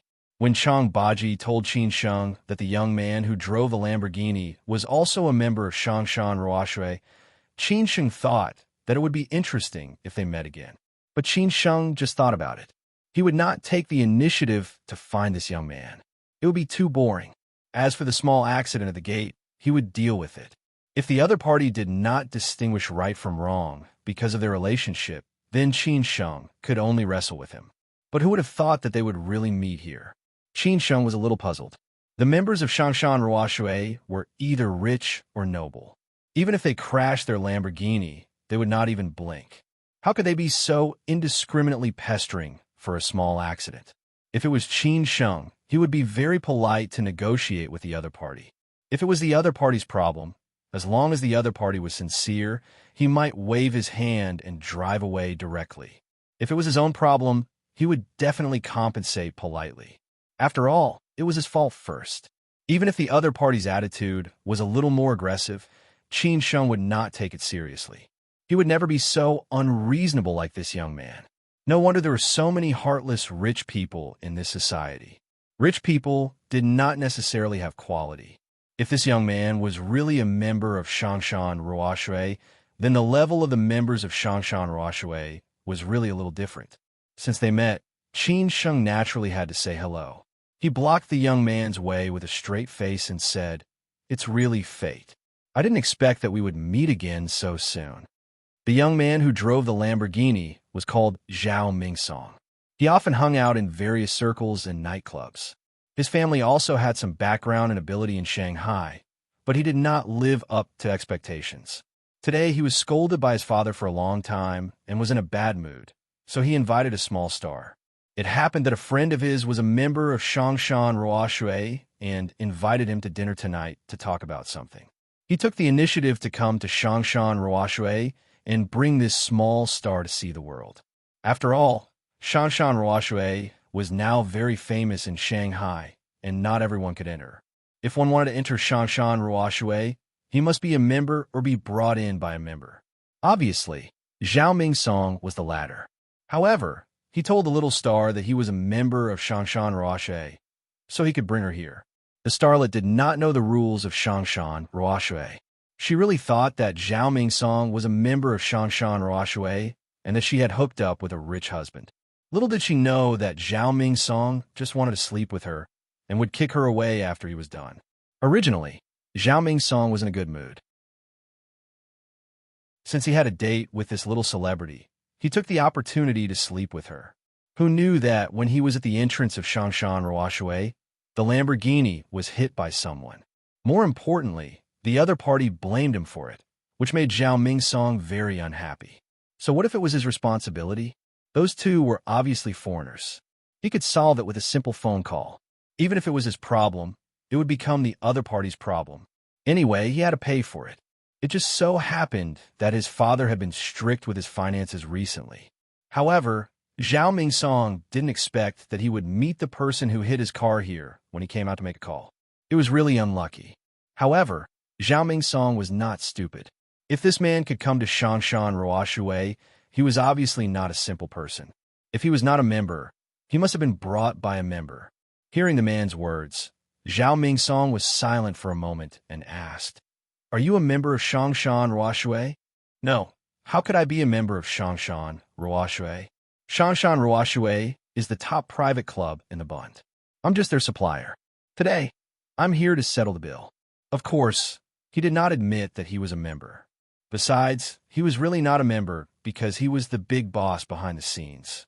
Hearing that the man was not a member of Shangshan Ruoshui, Zhao Mingsong instantly felt relieved. If the man was a member of Shangshan Ruoshui, even if he drove an ordinary Mercedes-Benz, who knew if he was a person who pretended to be weak? After all, there were many low-key big shots in this era. Oh, Zhao Mingsong said disapprovingly. Taking advantage of a situation, Qin Sheng asked, "Are you a member of Shangshan Ruoshui?" Anyway, the man did not know. In order to pressure the man, Zhao Mingsong nodded without hesitation and said, "Yes, I'm naturally a member of Shangshan Ruoshui since I can come here."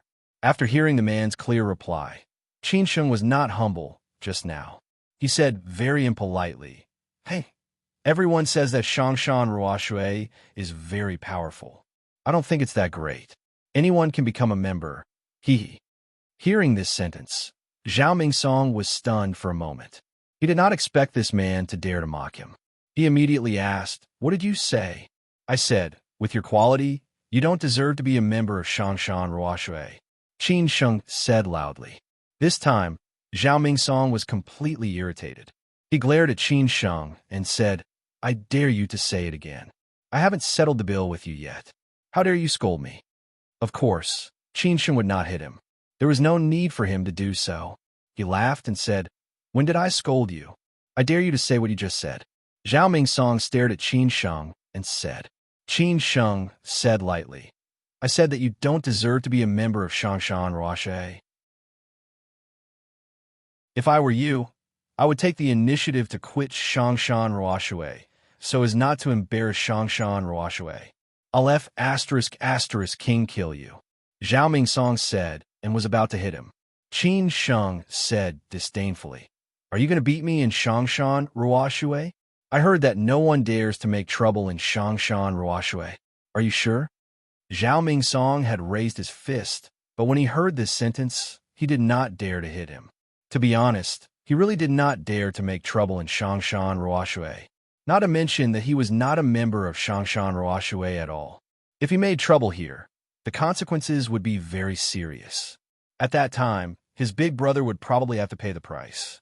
Secondly, even if he was a member of Shangshan Ruoshui, he would absolutely not dare to make trouble here. "Okay, you have guts. When we get out of Shangshan Ruoshui, I will deal with you." Zhao Mingsong gritted his teeth and threatened. After saying this, Zhao Mingsong did not want to be entangled with Qin Sheng. He could not be indifferent to the little star. Besides, his big brother was still inside.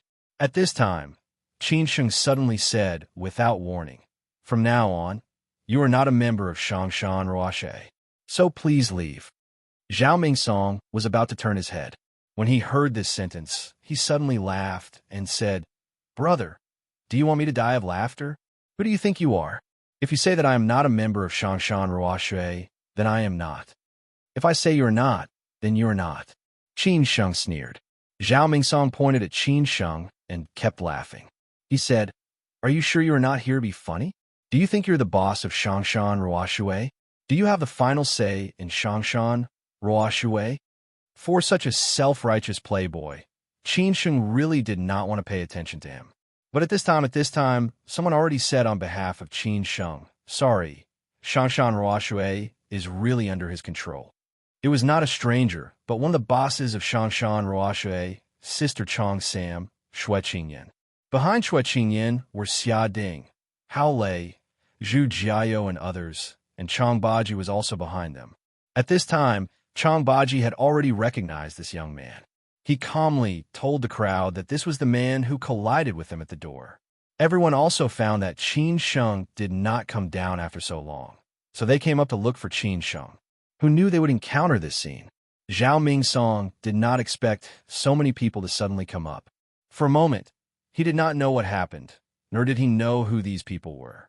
But since they could enter Shangshan Ruoshui, they were either members or friends of members. They could not be like that guy, who was a supplier of Shangshan Ruoshui. Moreover, from the temperament and clothes of these people, they did not look like ordinary people. At this time, Zhao Mingsong suddenly panicked. Qin Sheng did not need to say anything. Xue Qingyan directly asked, "Are you a member of Shangshan Ruoshui?" Zhao Mingsong did not have any interaction with Xue Qingyan. How could he know Xue Qingyan? He seemed to have seen Xia Ding and Zhu Jiao behind Shui Qingyan, but he could not remember who they were. He chose to be stubborn and said, I am. What's wrong? Inform Mizan, remove him from the membership. From today on, he is no longer a member of Shangshan Ruoshui, Shui Qingyan directly shouted. No one knew when Liu Yuan had come over. He also saw so many people gathered here and hurried over, just in time to hear Shui Qingyan's words. Liu Yuan did not care what happened. Whatever Sister Shui said, Liu Yuan looked at the young man in front of him and found that he was not a member of Shangshan Ruoshui. Liu Yuan directly replied, Sister Shui, he is not our member. I don't know him. Hearing this, not only Shui Qingyan was surprised, but even Qin Sheng felt a little funny. It turned out that this guy was not a member of Shangshan Ruoshui. Was he a fox pretending to be a tiger? What about now? Just ask him if he was embarrassed? Zhao Mingsong instantly blushed. He knew Liu Yuan, who was the vice president of Shangshan Ruoshui. Liu Yuan was so respectful in front of this group of people, so the identity of this group of people was obviously not simple. Continuing to think about it, the identity of the man who collided with him was definitely not simple. He was definitely not a supplier, as he said. At this time, Zhao Mingsong realized that he was played by that man. Unfortunately, it was all too late. Shui Qingyan directly said, find out how he came in. If he was not brought in by a member, immediately call the police. Liu Yuan hurriedly said, I will check it now. Before Liu Yuan left, Zhao Mingsong hurriedly shouted, I came with my brother Zhang Han. Zhang Han? Shui Qingyan did not know him, but it sounded a little familiar. She subconsciously looked at Liu Yuan. Liu Yuan nodded, because he knew that Zhang Han came today. Shui Qingyan directly ordered, go and call Zhang Han. At this time, Zhu Jiao, who was waiting aside, was a little impatient. He felt that this thing was a little funny. The guy in front of him was absolutely stupid. How could he bully his cousin in Shangshan, Ruoshui? Didn't he know that his cousin was the behind-the-scenes boss of Shangshan, Ruoshui? Zhu Jiao scolded, I say, don't bother. Just directly beat this guy and throw him out. If he dares to make trouble again, ask Brother Lei to find a few people to throw into the Huangpu River to feed the fish. Hearing this, Zhao Mingsong was immediately scared. He hurriedly replied, it's all a misunderstanding. Zhu Jiao came over and wanted to kick Zhao Mingsong. He scolded, misunderstanding? F***CK, you're misunderstanding. Now you say it's a misunderstanding. But he was stopped by Hao Lei. Zhao Mingsong hurriedly replied, all kinds of things. Not long after, the member named Zhang Han, who brought Zhao Mingsong in, came over. He didn't know what happened outside. He just heard from Liu Yuan that Zhao Mingsong had a conflict with others and angered Shui Qingyan, the major shareholder of Shangshan Ruoshui. Naturally, he knew Shui Qingyan's identity, so he hurriedly ran out. If it weren't for the land of the Zhao family, he would never hang out with Zhao Mingsong, the prodigal. When Zhang Han rushed over, he didn't ask what was going on. He directly walked to Shui Qingyan and said, Miss Shui, it's all a misunderstanding. This is my little brother. Give me face and let it go. Zhang Han didn't ask anything. He just said to give him face. This made Shui Qingyan even more annoyed. She sneered, give you face? Who will give him face? Do you know who he is? Zhang Han followed Shui Qingyan's eyes and looked at Qin Sheng. He said, may I know who this brother is? Shui Qingyan didn't get angry. Instead, she said with a smile, he is the real boss of Shangshan Ruoshui. Will you give him face? Zhang Han's heart was like dead ashes. He was stunned for a long time and didn't know what to say. As for Zhao Mingsong, he was scared silly.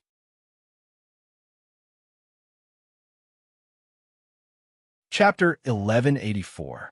Everyone knew that there was a mysterious boss in Shangshan Ruoshui. Whether it was Shui Qingyan or the other shareholders, they all said the same thing. Everyone was curious about this mysterious boss, but no outsider had ever seen him before. Even the internal staff of Shangshan Ruoshui did not know who he was. After all, only Mizan, Liu Yuan, and Yu Fengji knew his identity. They would keep it a secret. Therefore, everyone was very curious about this mysterious big boss. Not everyone could make Shui Qingyan, a famous person in the bund, work hard in Shangshan Ruoshui, and not everyone could make the big shots of the Bund endorse him. It was said that even the top playboys of the Bund often came here, not to mention the young masters of Seijo City. However, from the beginning to the end, this big boss did not appear. To think that Zhang Han and Zhao Mingsong would bump into him today. Zhang Han and Zhao Mingsong never thought that this seemingly ordinary man would actually be the big boss behind Shangshan Ruoshui. This was said by Xue Qingyan herself, so Zhang Han and Zhao Mingsong did not doubt it. At this moment, Zhang Han was extremely embarrassed. He thought it was a misunderstanding, but now it seemed that it was not what he thought it was. He definitely did not want to offend this mysterious boss for Zhao Mingsong. Otherwise, he would have to bear the consequences.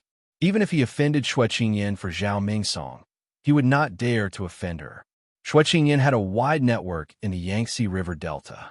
Even if he offended her, he would not be able to survive in Shanghai in the future. Therefore, Zhang Han did not hesitate to abandon Zhao Mingsong. He could give up the Zhao family's land. There would be other opportunities in the future. But if he stood up for Zhao Mingsong today, there would be no place for him to stand. Zhang Han knew that he was not qualified to greet this boss. So he bit the bullet and said, "Sister Xue, I'm really sorry about what happened today. I'll come to Shangshan Ruoshui another day to apologize personally. I still have something to do now, so I won't disturb you." After saying that, Zhang Han left Shangshan Ruoshui without even turning back. As for Zhao Mingsong's life or death, it had nothing to do with him. Even if Zhao Mingsong were to find trouble with him, he wouldn't care about it at all. Both Qin Sheng and Xue Qingyan did not make things difficult for Zhang Han. After all, this matter had nothing to do with him. It was just a matter of Zhao Mingsong. Besides, Zhang Han stood up for Zhao Mingsong because he did not know what was going on. Now that he knew Qin Sheng's identity, he naturally did not hesitate to get involved. This was human nature. Xue Qingyan said, "Take care."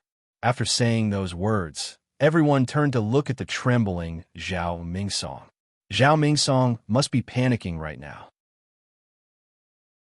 He was still pinning his hopes on his good big brother, Zhang Han, but who could have thought that his good big brother would abandon him and leave?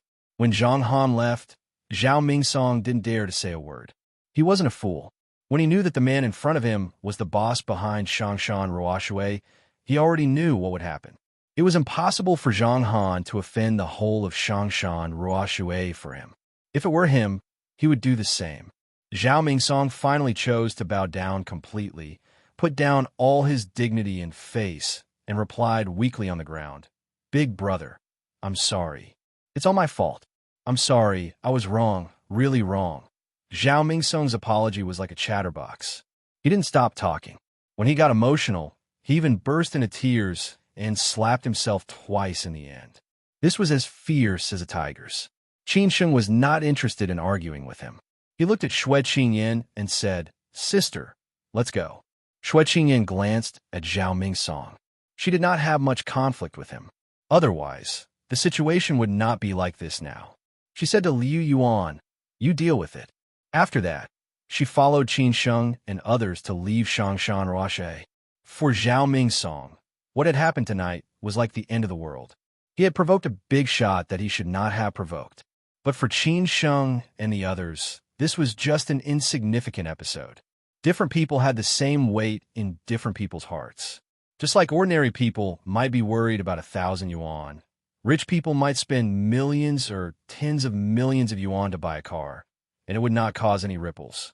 In the parking lot of Shangshan Ruoshui, when Xue Qingyan was leaving, she said to Qin Sheng, "Don't forget what you have to do tomorrow." Qin Sheng naturally knew what Xue Qingyan meant. He nodded and said, "Sister, I know." When Xue Qingyan left, there were only Qin Sheng, Xia Ding, Hao Lei, Zhu Jiao, and Lao Chong. Zhu Jiao couldn't wait to shout, "Cousin, let's go. It's arranged. Let's have fun tonight." Qin Sheng stared at Zhu Jiao. He understood the intention, but he was really not in the mood. So he said, "Well, places like nightclubs are not suitable for old people like me. It's boring to be noisy. Let's find a food stall or a barbecue stall and have a drink." "Cousin, you really don't want to go? Those are all white legs." Zhu Jiao hadn't hung out for a long time. If it weren't for his cousin coming to Shanghai, he wouldn't have such a chance. Qinsheng almost gave him a kick. He laughed and scolded. Alas, small ant. Zhu Jiao immediately said, Cousin, I think I still like barbecue. In the end, Xiaoding found a food stall that tasted good. They drank for a while there and didn't leave until it was almost time. Xiaoding and Hao Lei naturally knew where Qinsheng was going tonight, so they didn't ask Qinsheng's arrangement. Zhu Jiao was almost drunk, so Hao Lei sent someone to send him away. In the end, Lao Chong sent Qinsheng to Jiang Xianbang's old foreign-style house on Middle Huaihai Road. When the car arrived at the door, the housekeeper, Uncle Wang, quickly opened the door. Following him was Qing who had been waiting for Qinsheng. Qinsheng didn't come back, so Qing naturally wouldn't go to sleep. After Qinsheng got out of the car, Qing quickly helped him up. Smelling the smell of alcohol on Qinsheng, she asked, Why did you drink so much? Qinsheng shook his head and said, It's okay. I just drank a little. Qing said as she helped Qinsheng walk inside. I made some tea for you to sober up. Drink some tea to sober up. Of course, she knew that Qinsheng had just returned to Shanghai and had a lot of friends to meet, so drinking was inevitable. Qinsheng held Qing in his arms and nodded with a smile. Being able to make a goddess care about him like this, Qinsheng felt a sense of achievement in his heart. In this life, all the women he had met had never disappointed him. Jiang Xianbang didn't come back tonight. Maybe he deliberately gave Qinsheng and Qing a chance to be alone, so that the two young people wouldn't feel restrained because of his presence. Lao Chong had been taken to the guest room by Uncle Wang to rest, so only Qinsheng and Qing were left in the living room. Qinsheng lay on the sofa and watched Qing pour tea for him. At home, Qing dressed casually. She tied her hair casually and wore loose pajamas. Even if she didn't care about her appearance, she was still so beautiful. Therefore, beautiful people always looked good. Qing poured a cup of tea for Qinsheng and handed it over. She blew on it repeatedly, afraid that it would burn Qinsheng. She was so happy to see Qinsheng again, as if she wanted to hold Qinsheng in the palm of her hand, afraid that he would melt and lose him. Qinsheng stared at Qing while drinking tea, which made Qing a little embarrassed. Qing deliberately teased, Why are your eyes so lecherous? Qinsheng laughed and said, My nature has been discovered by you. It seems that I have to kill you and let you see what a hooligan is. Qing pouted and ignored Qinsheng. She stood up and was ready to pour another cup of tea for Qinsheng. But at this time, Qinsheng didn't care about drinking tea. In his eyes, there was only Qing who made him crazy. She was his woman. How could he still bear it? Therefore, Qinsheng pulled Qing into his arms and kissed her without hesitation. Before Qing came to her senses, he had already started to move his hands on her. This was the living room. Qing had never experienced such a scene. She murmured shyly, Not here. Her voice sounded more like she was begging Qinsheng, which made Qinsheng more unable to stop himself. Of course, Qinsheng knew what she meant. He stood up quietly and directly carried Qing to the second floor. At this time, Qing's eyes were like silk. She didn't look like she was above the common people anymore. No matter how beautiful a goddess was, she was still a woman. Qinsheng hadn't touched a woman for 3 years. So was Qing 3 years of love had tortured Qing Now that Qinsheng was finally back, Qing didn't want to leave him for even a second. When a flower blooms, it should be plucked straight. Don't wait until there are no flowers to be broken. Qinsheng and Qing were destined to be sleepless tonight.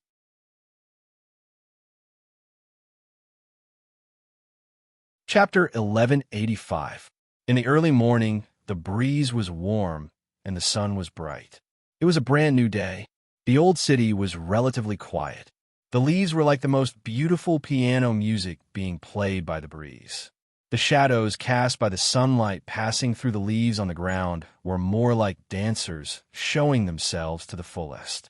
It was quiet in the old foreign-style house, but people could hear the noise of the crowd outside from time to time. Qinsheng was still sleeping, while Qing got up and opened the curtains. She stretched and breathed in the fresh air.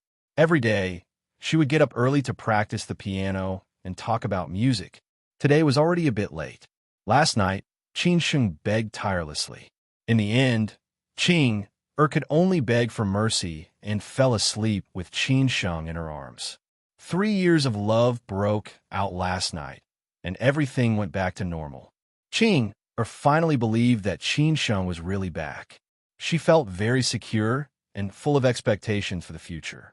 After washing up, Qing came to the bed and wanted to wake Qing up for breakfast.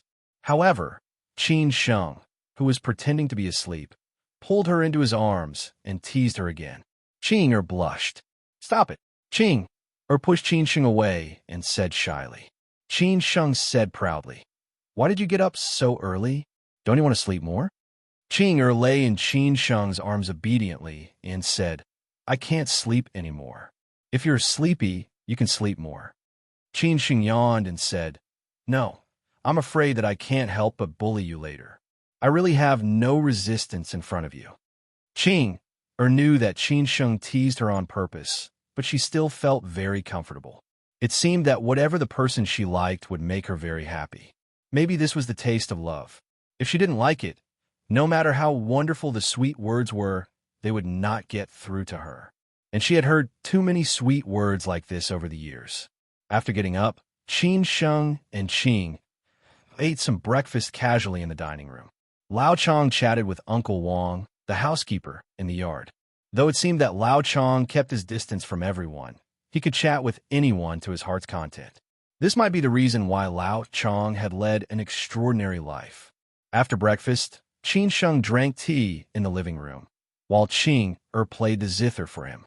After Qing finished playing the zither and sat down beside Qing, he said in a low voice, "I have something to deal with these days. I may not come back. I'll come to accompany you after I finish my work." Qing was stunned for a few seconds. Although she was reluctant to part with him, she knew that he had a lot of things to do. There were some things that Qing did not care about, but it did not mean that she did not know. She just did not care about these things. She only cared about Qing. As long as Qing had her, it would be fine. Qing nodded silently and said, "Okay, I got it." Qing stayed with Qing until it was past 10 o'clock. When he felt it was almost time, he stood up and left the old-style, foreign-style house with Lao Chong. When you leave Old Ocean when he was in the room, he happened to see an old man with 2 twin granddaughters on the roadside. The 2 granddaughters looked almost the same. They were carrying small school bags and looked very cute. Their faces were filled with innocent smiles, which made Qing unconsciously reveal a smile like that of an Annie. This made Qing think of Yuan subconsciously. He was about to see his daughter, who was as cute as a doll. He was inexplicably looking forward to meeting his daughter for the first time. Would she recognize him as an incompetent father? It seemed like he wasn't ready to be a father yet. Although Qing had not seen her before, he would love this precious daughter like all the fathers in the world. He just felt guilty to his daughter, so sometimes he did not know how to face her. However, he wanted to see his daughter more than anyone else. As a father, it was natural for him to give his daughter a gift when they met for the first time. However, Qing did not know what to give her. With his current financial ability, it seemed that he could buy anything for his daughter, but those might not be what she wanted. After all, she was just a child. However, from today on, no matter what she wanted, Qing would try his best to satisfy her in order to make up for the absence of his company in the past 3 years. However, he still had to give her a gift, right? Therefore, Qing and Lao Chong went to the Guijin Center. The 2 men shopped in a shopping mall for a long time and finally chose a cat doll that was not very expensive. Last night, he had heard from Xue Qingyin that Yuan liked cats very much. Although this cute cat doll was not expensive, it was very big, which was half the size of Qing. He wondered whether Yuan would like it or not. However, Qing felt that it seemed that this was not enough, so he called Hao Lei and Xia Ding and told them to arrange a task before Lin Su and Yuan got off the plane. Although this task was not difficult, it was a bit troublesome. Hao Lei and Xia Ding had to do it quickly. After doing these things, Qin Sheng was a little relieved. If he met his daughter and she did not recognize him as her father, maybe these gifts could save their relationship. At least, it could make her have a good impression on him. After all, she had never seen her father since she was born. How could she accept him as her father at once? Maybe she had always felt that she did not have a father, and it was difficult for her to accept his sudden appearance in a short time. On the way to the airport, Qin Sheng was thinking about how to get along with his daughter, as if this was the most difficult thing in the world. Even if he had experienced many ups and downs, he did not have the confidence in his heart at all. In the end, Qin Sheng could only let out a long sigh.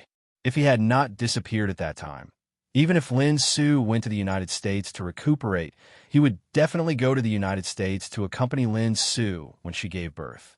In this way, he could spare some time to accompany Lin Su and his daughter every year, and he would not be in such a situation now. When he arrived at the airport, it was still quite early. Qin Sheng sat in the car and lit a cigarette. He frowned and puffed out the smoke. Those who did not know what had happened might think that something serious had happened. Qin Sheng could not help but ask, "Lao Chong, do you think Yuan Yuan will recognize me as her father when we meet later?" "I don't know," Lao Chong said honestly. After all, he had never seen that child and did not know what kind of character he was. Qin Sheng said helplessly, "Lao Chong, you are too honest. What I need now is comfort. Can't you give me some peace of mind?" Lao Chong came to his senses and said, "You are her father. Of course, she will recognize you. But I don't think so. Maybe she has never known that she has a father. Besides, even if she knows that she has a father, this father has never appeared. She should be very disappointed and sad, right?" Qin Sheng let out a long sigh. Speaking of this, he became more and more unconfident. It seemed that the time was approaching, and Qin Sheng became more and more uneasy. Lao Chong thought for a while and said, "I don't think so. Lin Su is a very smart woman. Besides, she also loves you deeply. How could she tell the child that she has no father? Even if you have not appeared in the past 3 years and have not accompanied the child, Lin Su will help you cover it up with a white lie. She will never let the child hate you." After Qin Sheng heard this, he suddenly saw the light. Yuan Yuan's attitude toward him completely depended on Lin Su. He thought that Lin Su must have done what Lao Chong had said. Qin Sheng immediately smiled and said, "Lao Chong, the onlooker sees the game more clearly than the onlooker. After hearing what you said, I am not worried anymore." Lao Chong said disapprovingly, "I was just saying, maybe I am thinking too much." As soon as Qin Sheng felt at ease, he began to mutter again. In the end, Qin Sheng could not help but call Ms. Chong Sam again to ask about the specific things about Yuan Yuan. However, Ms. Chong Sam was the same as last night. She did not disclose any details at all and said that it was his own business and he should deal with it himself. The only thing she could do was to help him hide this thing. After all, Lin Su did not know that Qin Sheng had come back, let alone that Qin Sheng had come to the airport to pick her and Yuan Yuan up in person. Lin Su had been kept in the dark. Until now, she still thought that it was Xue Qinyin who had come to pick her and Yuan Yuan up. At this point, Qin Sheng completely gave up. He could only act according to the circumstances. When it was almost time, Qin Sheng and Lao Chong finally got out of the car and walked to the exit of the international arrival. On the way, Qin Sheng, who was holding the big ragdoll cat, called Xia Ding again and urged, "Why haven't you arrived yet? Are you ready?" If Xia Ding had not been afraid of the danger, he would have stepped into the gas tank. He could only let Hao Lei say, "We will arrive soon. You gotta pick them up first. We will contact Lao Chong for other things." Only then did Qin Sheng feel relieved. He raised his head and took a deep breath, murmuring, "Yuan Yuan, Dad is here to pick you up."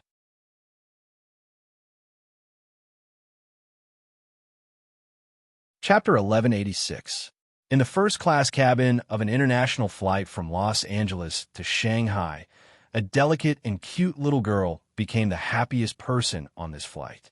Both the stewardess and the first-class passengers adored her.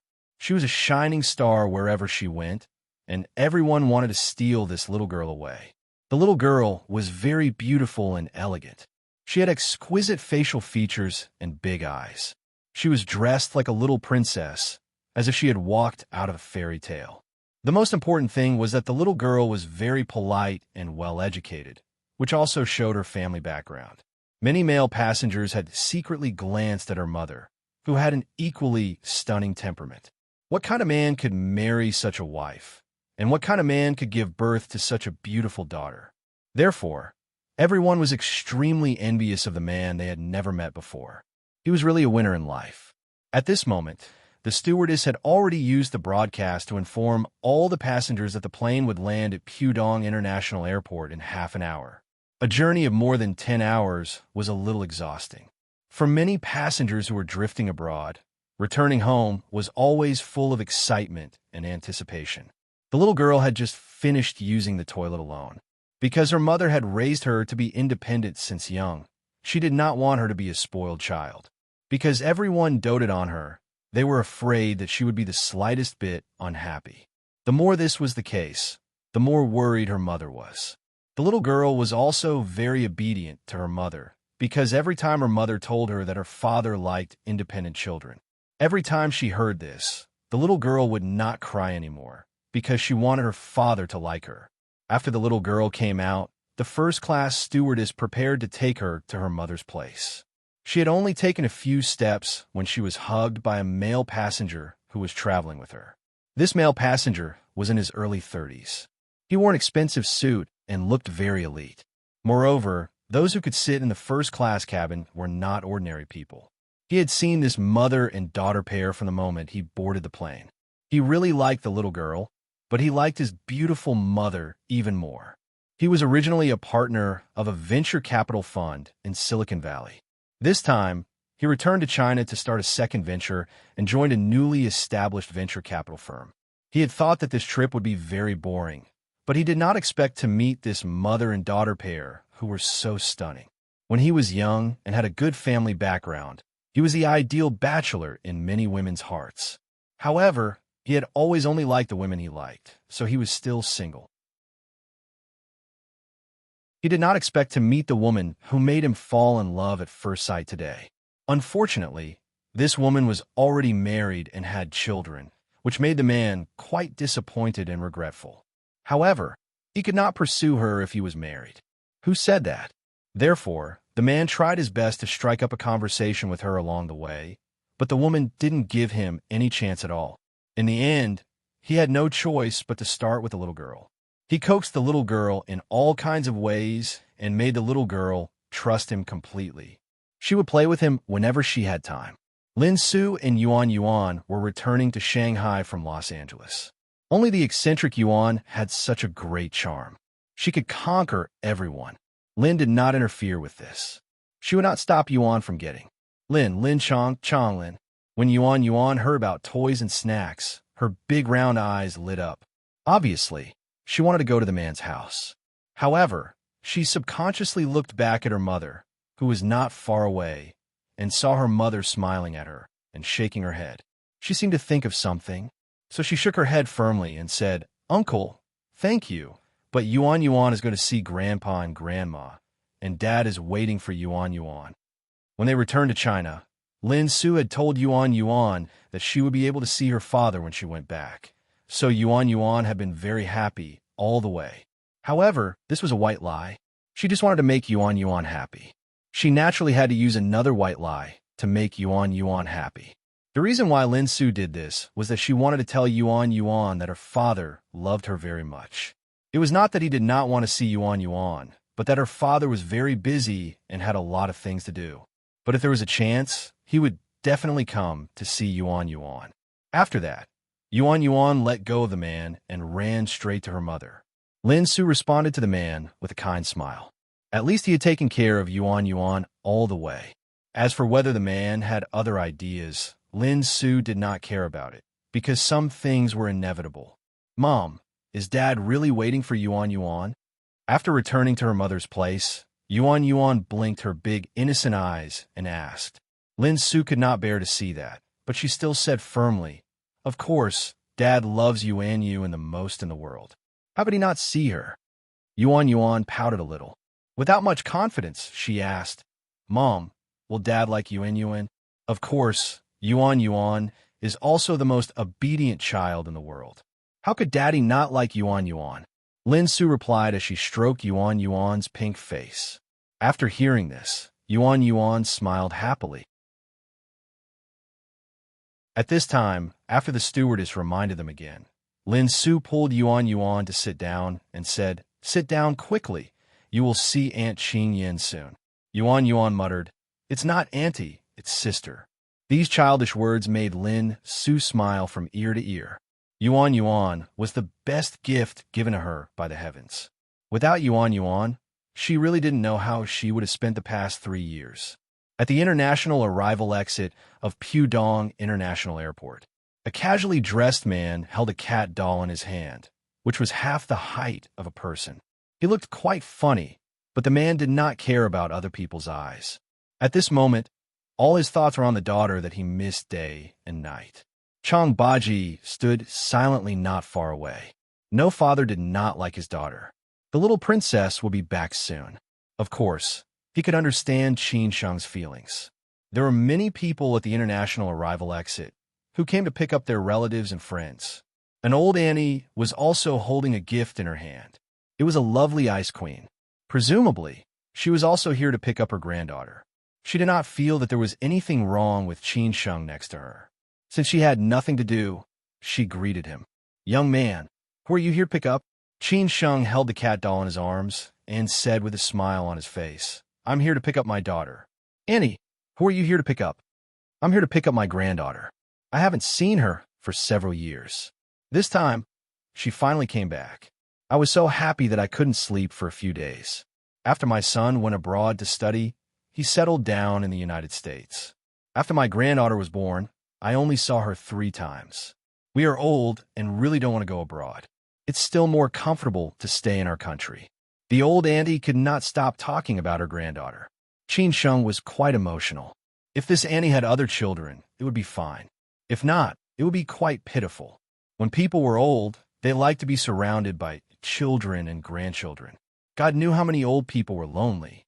The old auntie asked again, "Young man, how old is your daughter?" Qin Sheng thought for a moment and replied, 2.5 years old. "Probably."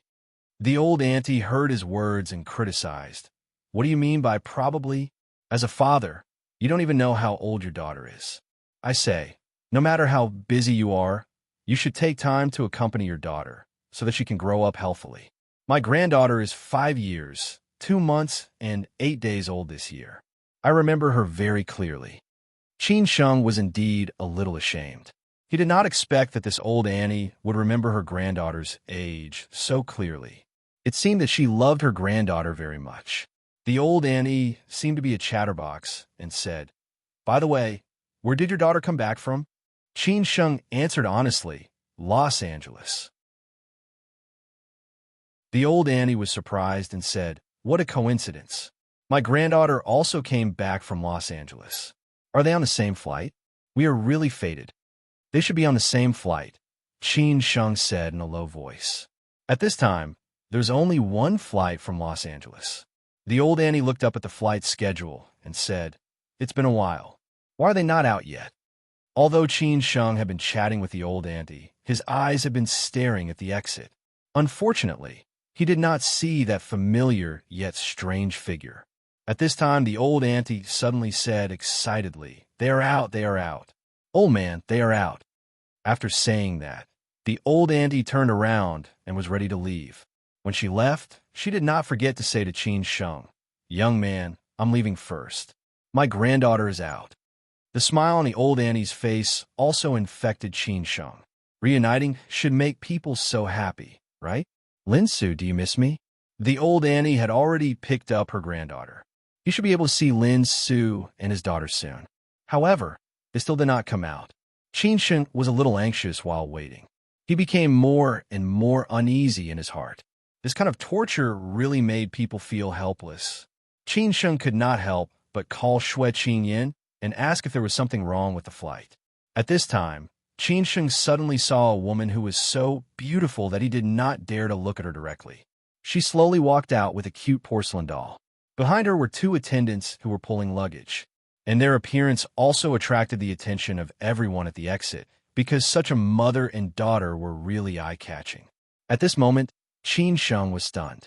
He stared at Lin Su and his daughter, not wanting to look away for a moment. Lin Su. It had been more than 3 years. Before anything happened to him, he had already been separated from Lin Su.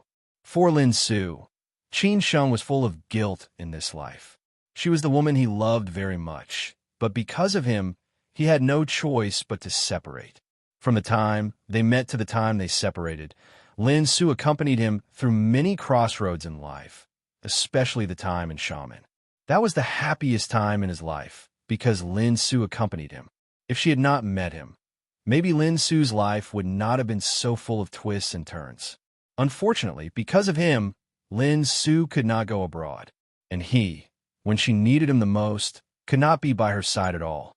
In the past 3 years, she must have had a hard time raising a child alone, right?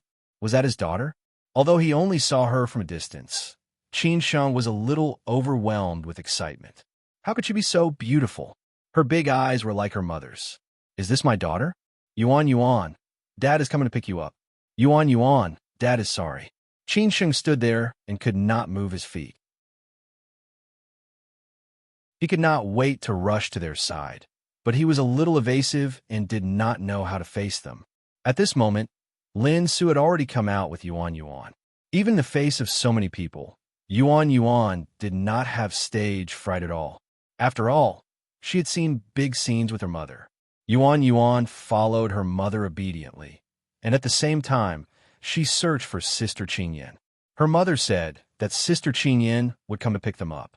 Although her mother always asked her to call her aunt, Sister Qingyan always secretly asked her to call her sister, so she always called her sister. Lin Su was searching for Xue Qingyan, but she did not find Xue Qingyan after looking for several times. Lin Su was a little puzzled. Didn't Sister Qingyan say that she was already waiting at the exit? Lin Su was a little puzzled, so she was about to call Sister Qingyan. At this time, Qin Sheng finally came to his senses. He summoned all the courage in his life and slowly walked toward Lin Su and his daughter, only using the cat doll to cover himself.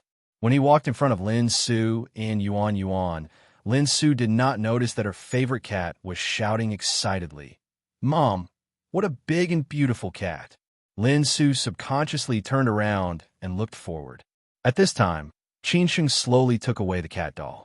When she saw Qin Sheng, Lin Su was instantly petrified, and her brain went blank. She looked at Qin Sheng with a stunned look, as if she could not believe it. How could it be him?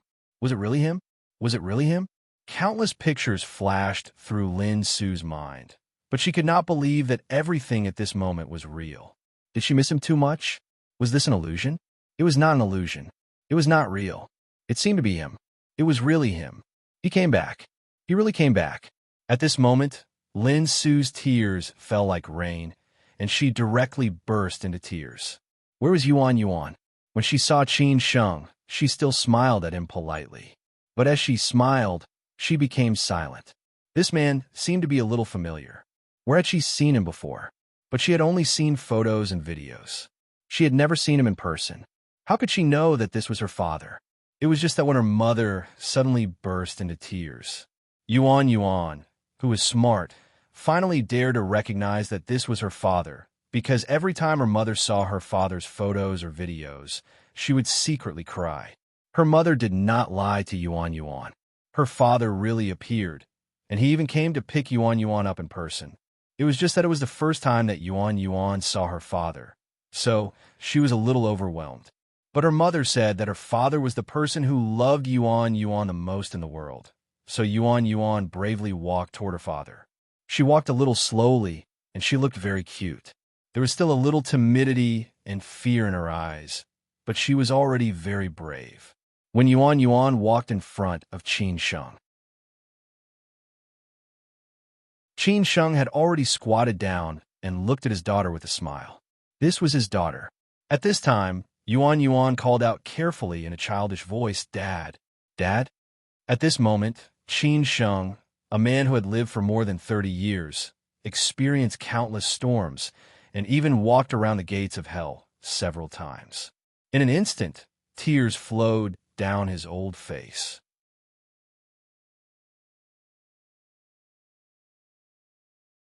Chapter 1187.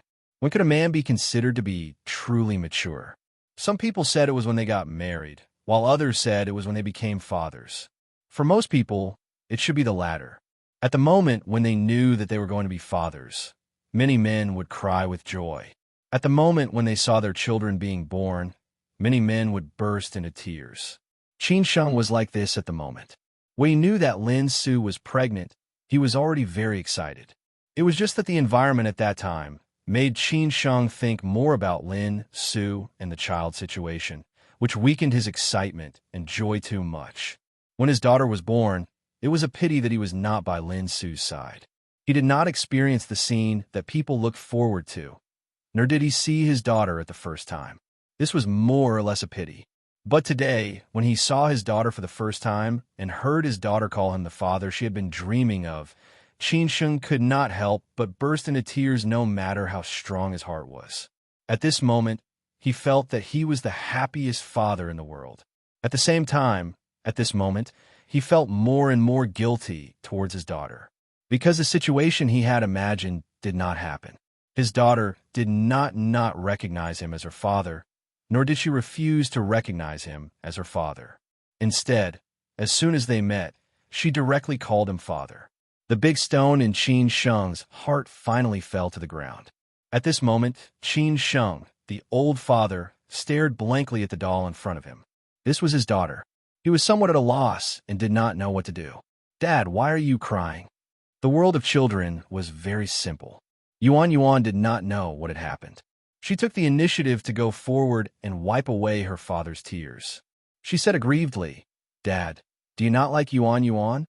At this time, Qin Sheng finally came to his senses. He quickly wiped away his tears and hugged his extremely cute daughter.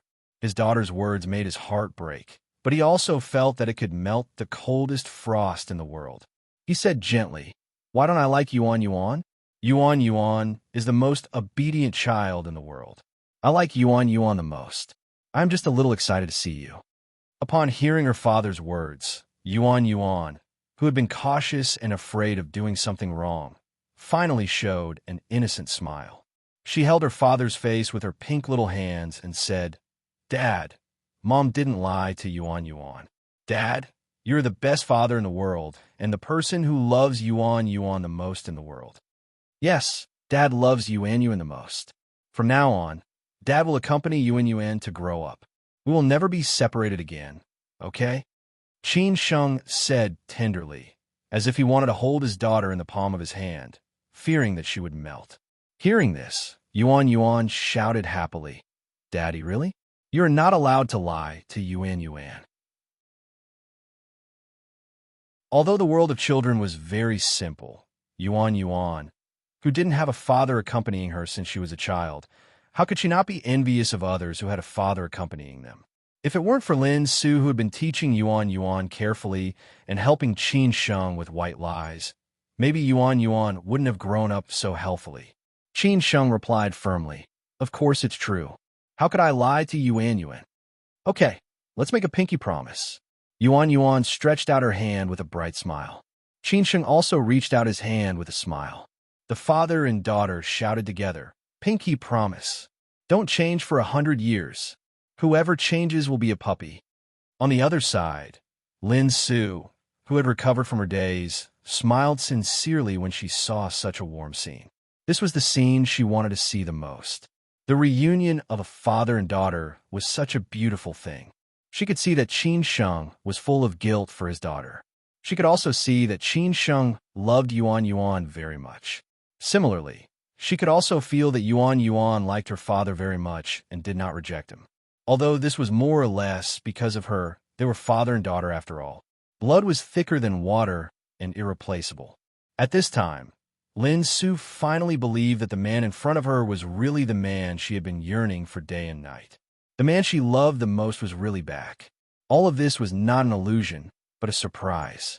After making the pinky promise with Yuan, Qin Sheng held Yuan in his arms and looked at Lin Su, who was standing next to him. He slowly took a few steps forward and said softly, "Sorry for making you wait for so long."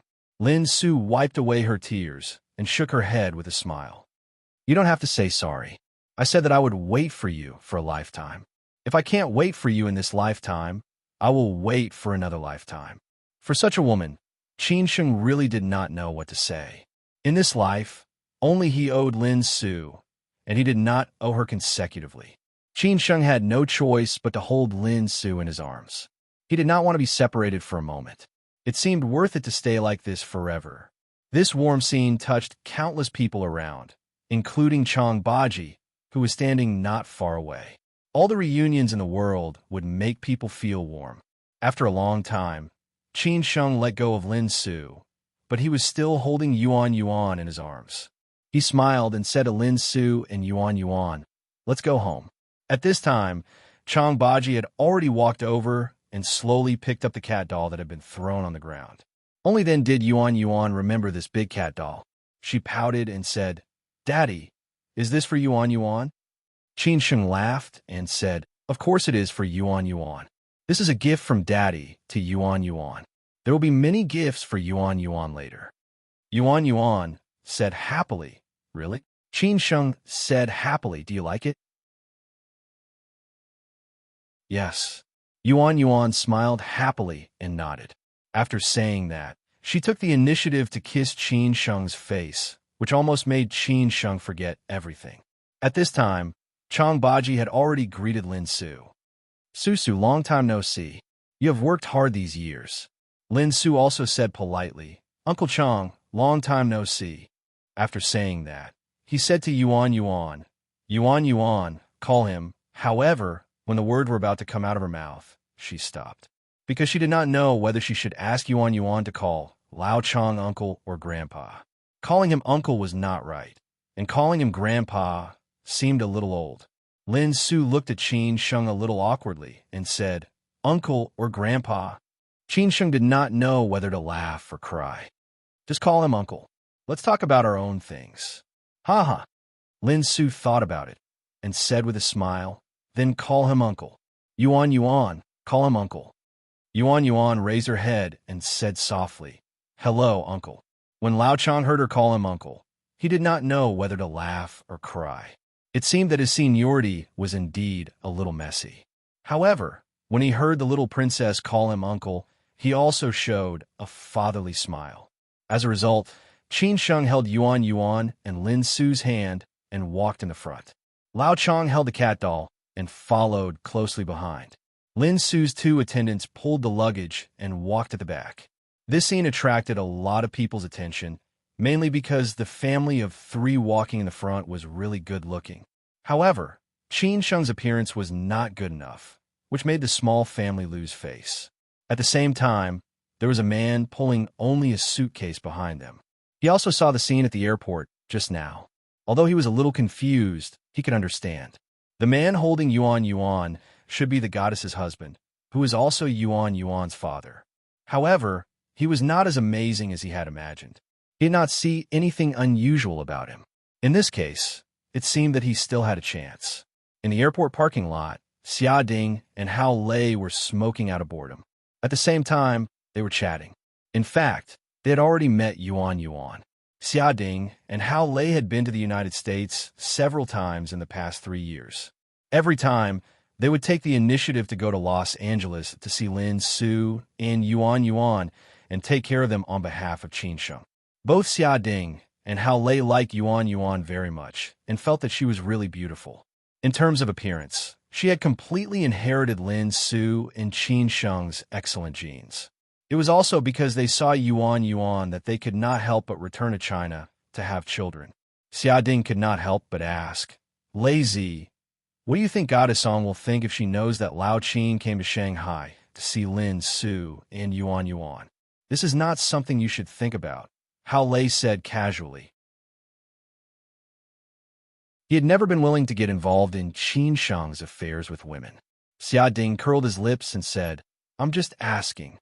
If he can't even deal with this problem, Lao Qin will not come to Shanghai. After all, they're going to get married soon," Hao Lei said thoughtfully.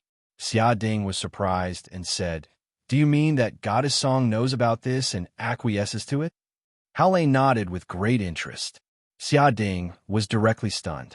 In the end, he could not help but give a thumbs up and said, "Boss, you are awesome." At this time, Hao saw Qin Sheng and the others coming out. When they saw Qin Sheng holding Yuan Yuan and Lin Su's hand, they knew that everything seemed to be going well today. You're tuning in to the Warrior Lore YouTube channel. Don't forget to subscribe and join us on this journey to catch the most captivating stories.